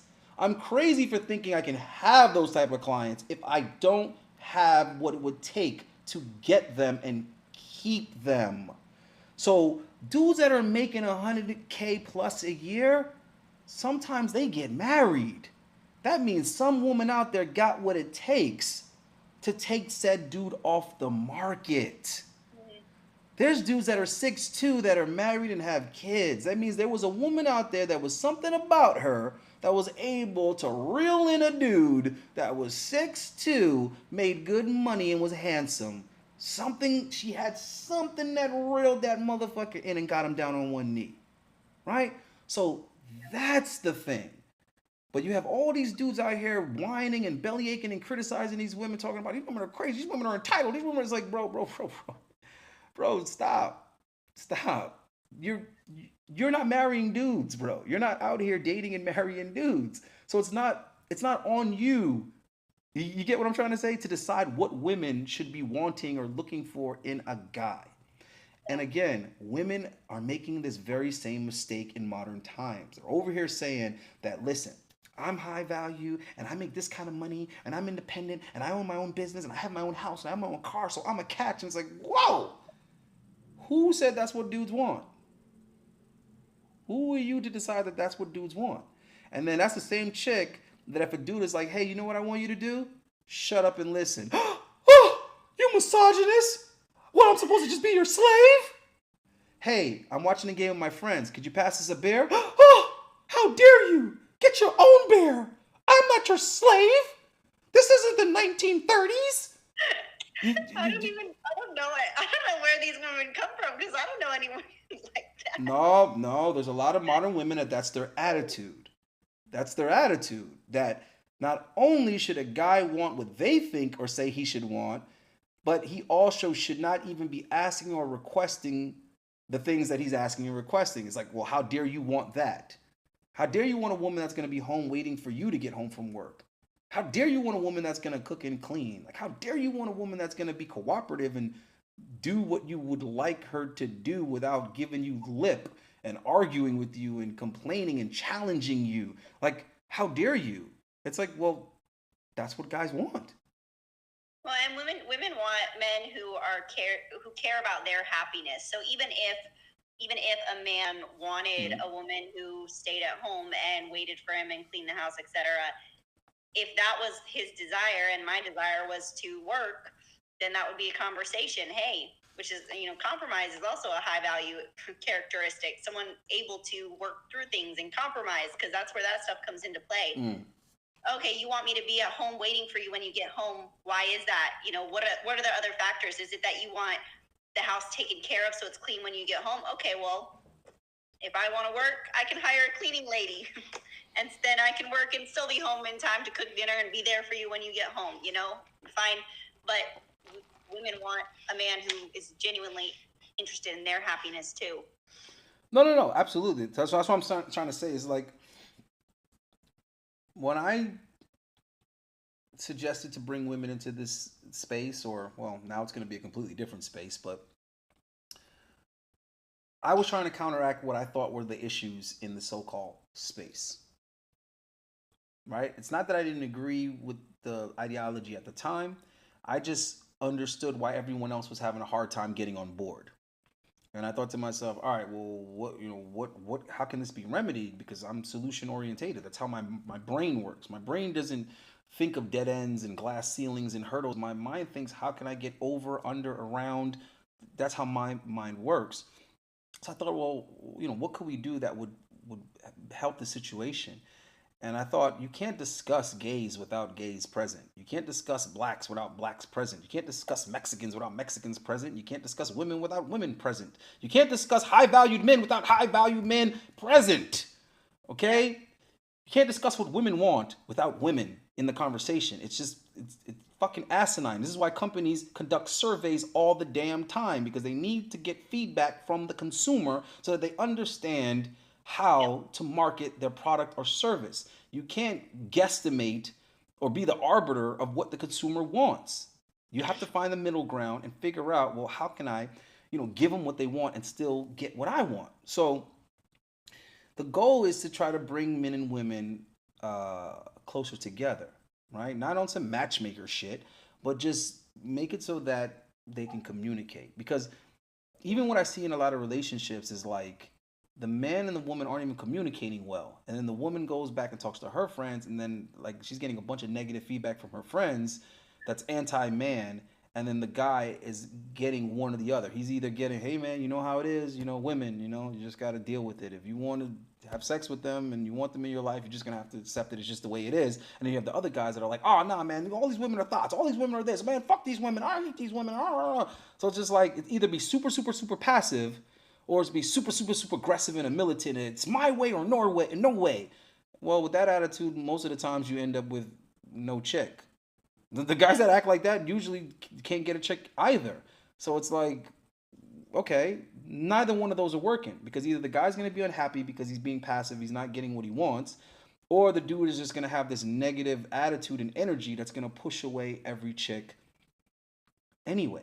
So what we need is some open lines of communication that are sanctioned by men and women in general, not just the two in that relationship. Because like I said, once she gets around her friends, it's a whole different influence, and women are influenced by their friends. I'm sorry. Very few women are going to be in a situation where their man is influencing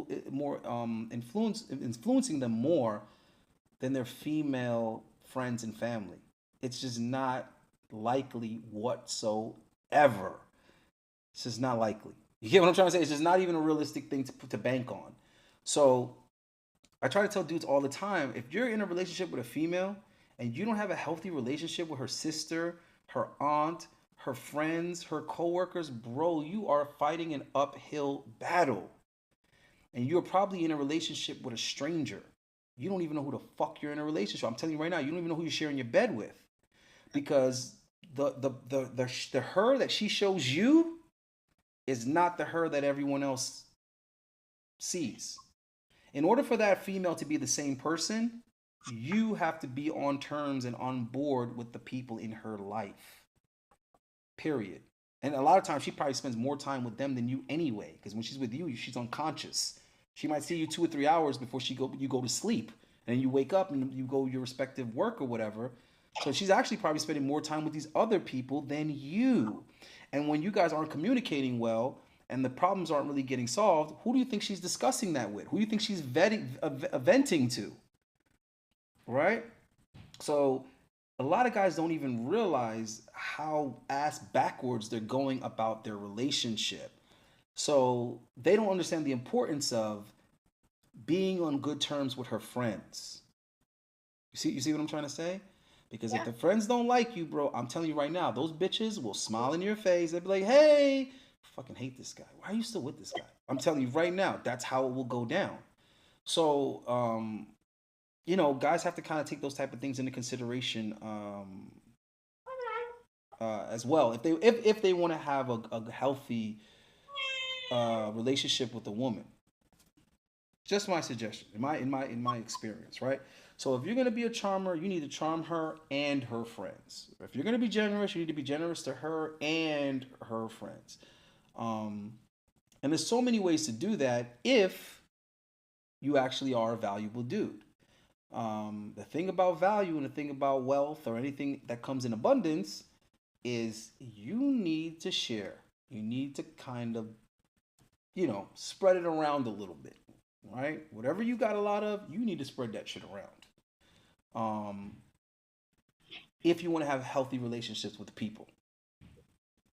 Yeah. Just saying, take care of the mailman, take care of the landscaper, take care of the pool boy. Look out for your coworkers. Or you got to do that kind of, you got to pay your taxes, so to speak. Yeah. You show up at the office, you don't even eat donuts, but you bring a dozen donuts and you let the animals attack it. Oh, have at it, guys. You know what I mean? I picked up some donuts. And you will be much better off in the office.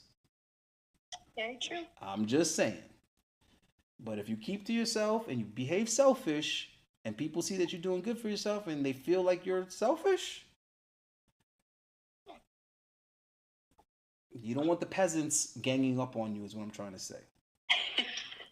I'm just saying, you don't. Like, you see how you said that dude picked you up in that Toyota? I'm pretty sure he had some experiences that made him say, you know what? I think I'm going to leave the Lambo at home because it doesn't always get me the attention that I want. Yeah. You know what I'm trying to say? So, all right, but listen, I'm going to let you go because I know you got like adult stuff to do and mother stuff to do. I do appreciate and value your input. Yeah. And I know there's Go ahead. It was a good time. No, always. Like I said, I've always appreciated that, you do your thing, you got a good personality, you got a good energy about you. And I don't feel guilty because I didn't do it. You know what I mean? But I hate the fact that certain subscribers and viewers in the community put that type of perception and that type of energy and feedback out to the mainstream, because I feel like you fit more into the mainstream. And I remember when I first heard you talk about the space, I was so embarrassed because I was like, you see, this is what chicks think about us. You see what I'm trying to say? Because for whatever reason, the lowest in the community are the most verbal. You know what I'm saying? You know, for real. Like the people that are like cool, they're appreciative. You know what I'm saying? They're sensible guys and stuff like that. Those are the guys that don't comment. Yeah. Those guys email. You know what I'm saying? They reach out personally and say what they want to say. So the people that have negative shit to say, those are the people that they're in the comments. They want to be seen. They want to be heard. And it's like, I wonder why people don't want to hear you, and you have to force those views and opinions on people in a public forum like that, because people don't want to hear what the fuck you have to say. People that know you don't want to hear what you have to say. So, like I said, I was embarrassed because I feel like this is how people that aren't familiar with the space see us in general. Okay? It's kind of like back in the late 90s and the early 2000s when you see the young black dudes with the pants sagging and all this type of shit. It's like, well, guess what? That's how they feel about young black American men in general now. because that's the image and the behavior that you're making, that you're popularizing. And the dudes that are like about their work, they're waking up early in the morning, they're grinding, they're respectful, all that kind of stuff, they're well dressed, they take pride in their image, those type of guys are quiet. You see what I'm trying to say? Those type of guys aren't drawing attention to themselves. So unfortunately, that's not who we're being represented by. When you look at, say, you know, a Kevin Samuels, rest in peace, there was a lot of people who weren't necessarily familiar with his content, but they were like, the guy that's always wearing the suits and he's always, you know, clean cut, and that guy, that's a good look for black men. You see what I'm saying? That's a good look. The guy that's always in a suit, the guy that's always well put together, and the guy that's always well groomed. Hey, I hate to cut it off, but this guy, my little... No, go ahead. Do what you got to do. I'm going to close out. Like I said, thank you for coming on. I appreciate you. It's a good time. Again, congratulations on the boy. Thank you. I'm going to catch up to you. I'm going to get me one soon enough. Hey, and thanks for having me on the podcast. It was a really good time. Yeah, likewise. Thank you. Okay. All right. Good night, Anna. Good night. Have a good one. All right, guys. So she's up out of here, and I gotta do what it is that I do. But anyhow, in closing, somebody's over here talking about the next Kevin Samuels. No, absolutely not, man. Allende is not the next Kevin Samuels. Trust me, I'm not. All right. I told Kev myself that I'm not looking to replicate or do anything that he was doing or that he does. You know, there was a very clear distinction between what he does or what he was doing and what I do, right? Very different. So, yeah. The way I like to see it is Kev is showcasing where women end up with the wrong thought process and interpretation of what's going on around them as far as men are concerned. And I'm trying to catch them a little bit earlier. I'm trying to catch them when they're still somewhat young. And that's a lot of the intention with that. Because I know a lot of guys are like, who cares what Anna Quinn has to say and all this kind of stuff. Listen, I think what majority of women have to say is valuable. Majority of what they have to say is valuable, right? And I would like more of what most men have to say to be valuable. But unfortunately, a lot of guys are just talking bare fuckery. And I think women, even when they're off by a mile, it's still important to hear their view and their perspective, because as men, we should be correcting it. We should be course correcting. So that's why I think it's important to hear what majority of women have to say, because even if it's lost in the woods, it's on guys to see like, oh, so that's how these chicks are seeing it. Okay, cool. Let me navigate you. Let me steer you back. Let me get you back to the clear. All right.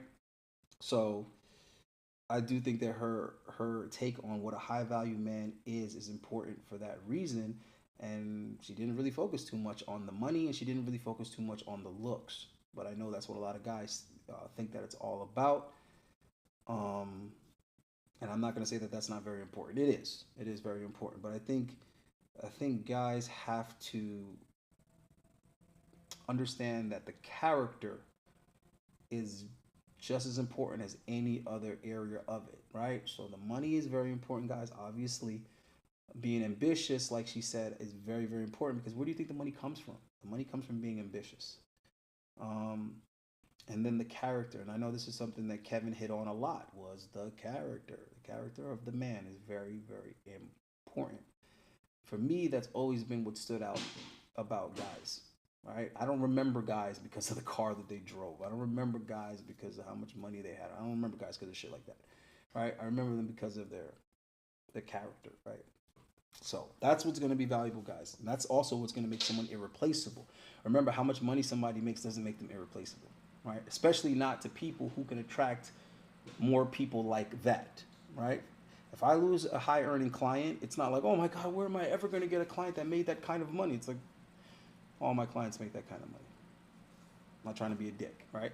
If I lose a beautiful chick, it's not like, oh my God, man, she was so fine, bro. She was a 10, bro. Like, I'm not gonna get a girl like that. But well, that's the standard. See what I'm trying to say? So for those type of people, these little one-trick pony type traits is not going to be what keeps you in the mix. It's going to have to be something else a little bit more unique, a little bit more genuine, more irreplaceable. So I want guys to be looking to be irreplaceable. And I told you that the intention was to kind of hit these younger guys that are trying to get in the right space before it's too late, right? So remember, my channel still has mostly guys between 18 and 25. That's still the largest demographic. Bro, that's a young man's game right there. 18 to 25, bro, those are some rich dudes. Those are some wealthy dudes because they got time. They got hella time. So if you can, figure out what your purpose is, just like she was saying, a guy that knows his purpose, if you can start honing in on what your purpose is and what your goals are and what you find to be important and fulfilling and valuable at a relatively young age, the sky's the limit, bro. You got time to make it happen. You got time to put things into place. You got time to plant the seeds. You got time to network. You got time to build, quality contacts and networks around you that are going to help you get to where you're trying to get to and achieve what you're trying to achieve. And you can play the long game, right? Because that's what you want. You want to be able to play the long game. All right, guys. So anyhow, I do want a filtering of the channel. I'm trying to filter dudes the fuck out because there's a lot of people who just, they're not what I want, bro. They're not what I want. You know what I'm saying? I was talking to a couple of confidants and I was like, bro, lately not even lately, for a while, for many months, I've been like, man, I don't necessarily like the breakdown in the demographic of my channel.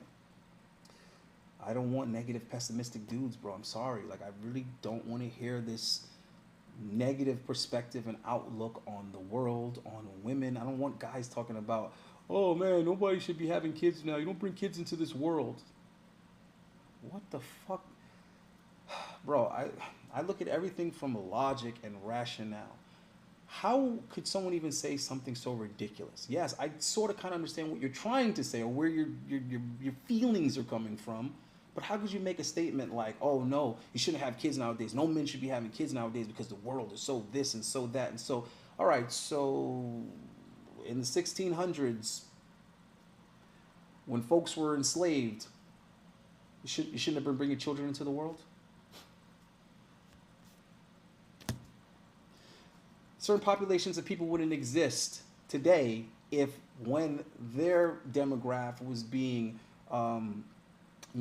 abused and exploited, said, oh, no, the world sucks for us. Let's stop having kids. They wouldn't be here today.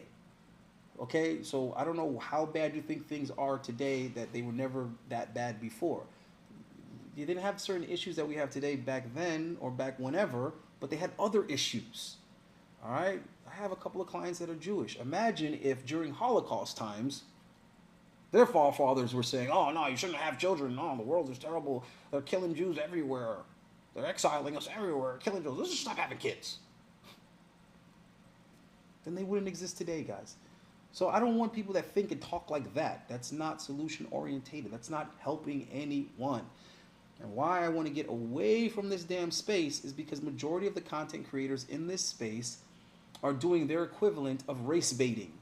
Okay, like you see people that all they want to do is talk about racism and talk about oppression and talk about inequality and all this kind of bullshit, but they don't ever present any type of solutions. You know why? Because they don't want solutions, bro. They make money complaining over and pointing out racist stuff. So what that's called right there is a conflict of interest, because now they're incentivized to make every situation a racist one, because that's where they make profit. Hello, that's where they profit from. So it's like, oh, okay, we have to tell this from the narrative of racism, because now I got a job, I got a gig, I can get on this, I can cover this, I can make some money, get some views, talking about how racist things are. Instead of talking about solutions, instead of talking about how blacks can incorporate, how blacks can build over here, how blacks can fund this, how blacks can create a group over here, create an elite group over there, how they can come together and build a school and all this other kind of stuff. We're talking about this chick right now that hustled and scammed all this money for Black Lives Matter. What was it, like $90 million she was able to come up with for Black Lives Matter, and spent it on everything but black lives. Had nothing to do with helping black men or black children. The only blacks they might have helped were some black lesbians or something like that. She's buying houses and private planes and jets. She can land them in her backyard and all this kind of stuff. So look how much money she was able to raise under the pretense of this cause and use none of it for that cause. But the point is that right there, a solution exists. How many black schools could have been built and put the best teachers and professors in there and had the best economic programs to teach blacks how to build infrastructure and create their own economy, which we already had. There already was a Black Wall Street more than once. So it's not even like what I'm saying is some kind of fantasy world. It already happened. But are any of the race baiters talking about that? They're not even telling you that that existed. They're telling you that black people can't do nothing because of racism and black people are being held down by white folk. Really? Because when things were way worse, there was a Black Wall Street. When things were way worse, there were black-owned banks, black schools, black communities, black housing, black... You see what I'm trying to say? So now we have people in the manosphere basically doing the exact same thing. They're over here making the problems and the issues lucrative instead of making solutions lucrative, right? So all you guys that got some negative shit to say, that want to contradict everything and criticize everything and challenge everything that I put on the channel, and this is stupid, and why are you talking to this thought? Bro, excuse yourself. All right, because I'm working with the folks. Soon enough, the channel is going to be like members only. You're going to have to be a member to comment and all that kind of stuff. When I see shit that is disrespectful to me or the guest, block, delete. That's how we're doing it nowadays, bro. I don't care if the subs drop 90%. That's great. Then I can just like rebuild, slash and burn. Slash and burn. All right, so that's what that's about. I'm gonna get up out of here. Should I be making some announcements? Yeah, so shout out to Alex from Playing with Fire. He's having his 100K party this weekend, so I'm guessing that that's gonna be dope. So I'm really happy for him that he reached that mark, and he's doing it the way that that I would love to do it. You know, it's open to the public, it's open to everybody. You don't gotta pay to kick it type bullshit. So it's definitely for the subs and for the fans. So support that. I'm trying to get a hold of Kevin Ray Wilder. I'm trying to do something interesting with him. So I'm open to suggestions on that, or what guys would like to see me and Kevin Ray Wilder collab on. I'm not a fan of Kevin's content or arguments 100%, but I'm a fan of him. I'm a fan of his character. The way he debates, the way he handles himself. I disagree with Kevin on so many issues, but I respect him, and that's what I'm looking for. Men that can disagree respectfully and actually have these meaningful conversations and debates and enlighten each other and also come to conclusions for the viewers. That's what I'm talking about. So I'm trying to link up with him and do some meaningful interviews with women and do some in the field stuff and see what we can learn from each other and what we can share with you guys as well. So we're going to work that out soon. And so I got my passport ready and dusted off. You know, it's been like, I don't know, 6 months, 7 months or something since I got on a plane to leave the country. So we're going to be doing some out of the country content. So that's going to be dope, and hopefully that will be something with momentum that I just kind of keep doing in different countries, because you know I like to show, so I don't really want to tell you guys. I want to show you guys, and so a lot of dudes can kind of get an understanding of what's in these other countries, how the women are thinking, how the culture is, how the resources are, and all that kind of stuff. So I'm gonna be trying to investigate all that stuff for you guys. All right. So we got all that going on. So a lot of guys are hitting me up for texting advice, which is cool. So so that's cool, guys. You could definitely hit me up for that. We can go over your text habits and patterns and style, and I can give you some really good suggestions on how you can get better results with that. A lot of stuff that will blow your mind. You're like, damn, I never thought of that. No shit. But Allende has, and I will share it with you. Competition, I'm 4 weeks out, 4.5 weeks out now. So everything is kind of right where it needs to be. My weight is where I want it to be at this point. I got 5 more pounds to drop before I go to Latin America. And then once I get there, I got another 10 pounds to drop. So I'm going to be real competitive. So I'm looking to bring home the win for Authentic Alphas. First place or nothing less, you know, got to be undefeated this season, just like last one. So guys, I want to support that. I'm going to be going ahead and trying to make that something that guys can come out and support. If you guys want to come out and see the bodybuilding competition, I guarantee you're not going to regret it, bro. So many ladies out there. There's going to be a bunch of parties. There's going to be a bunch of cool stuff going on. So email me about that information. And what else did I want to tell you guys?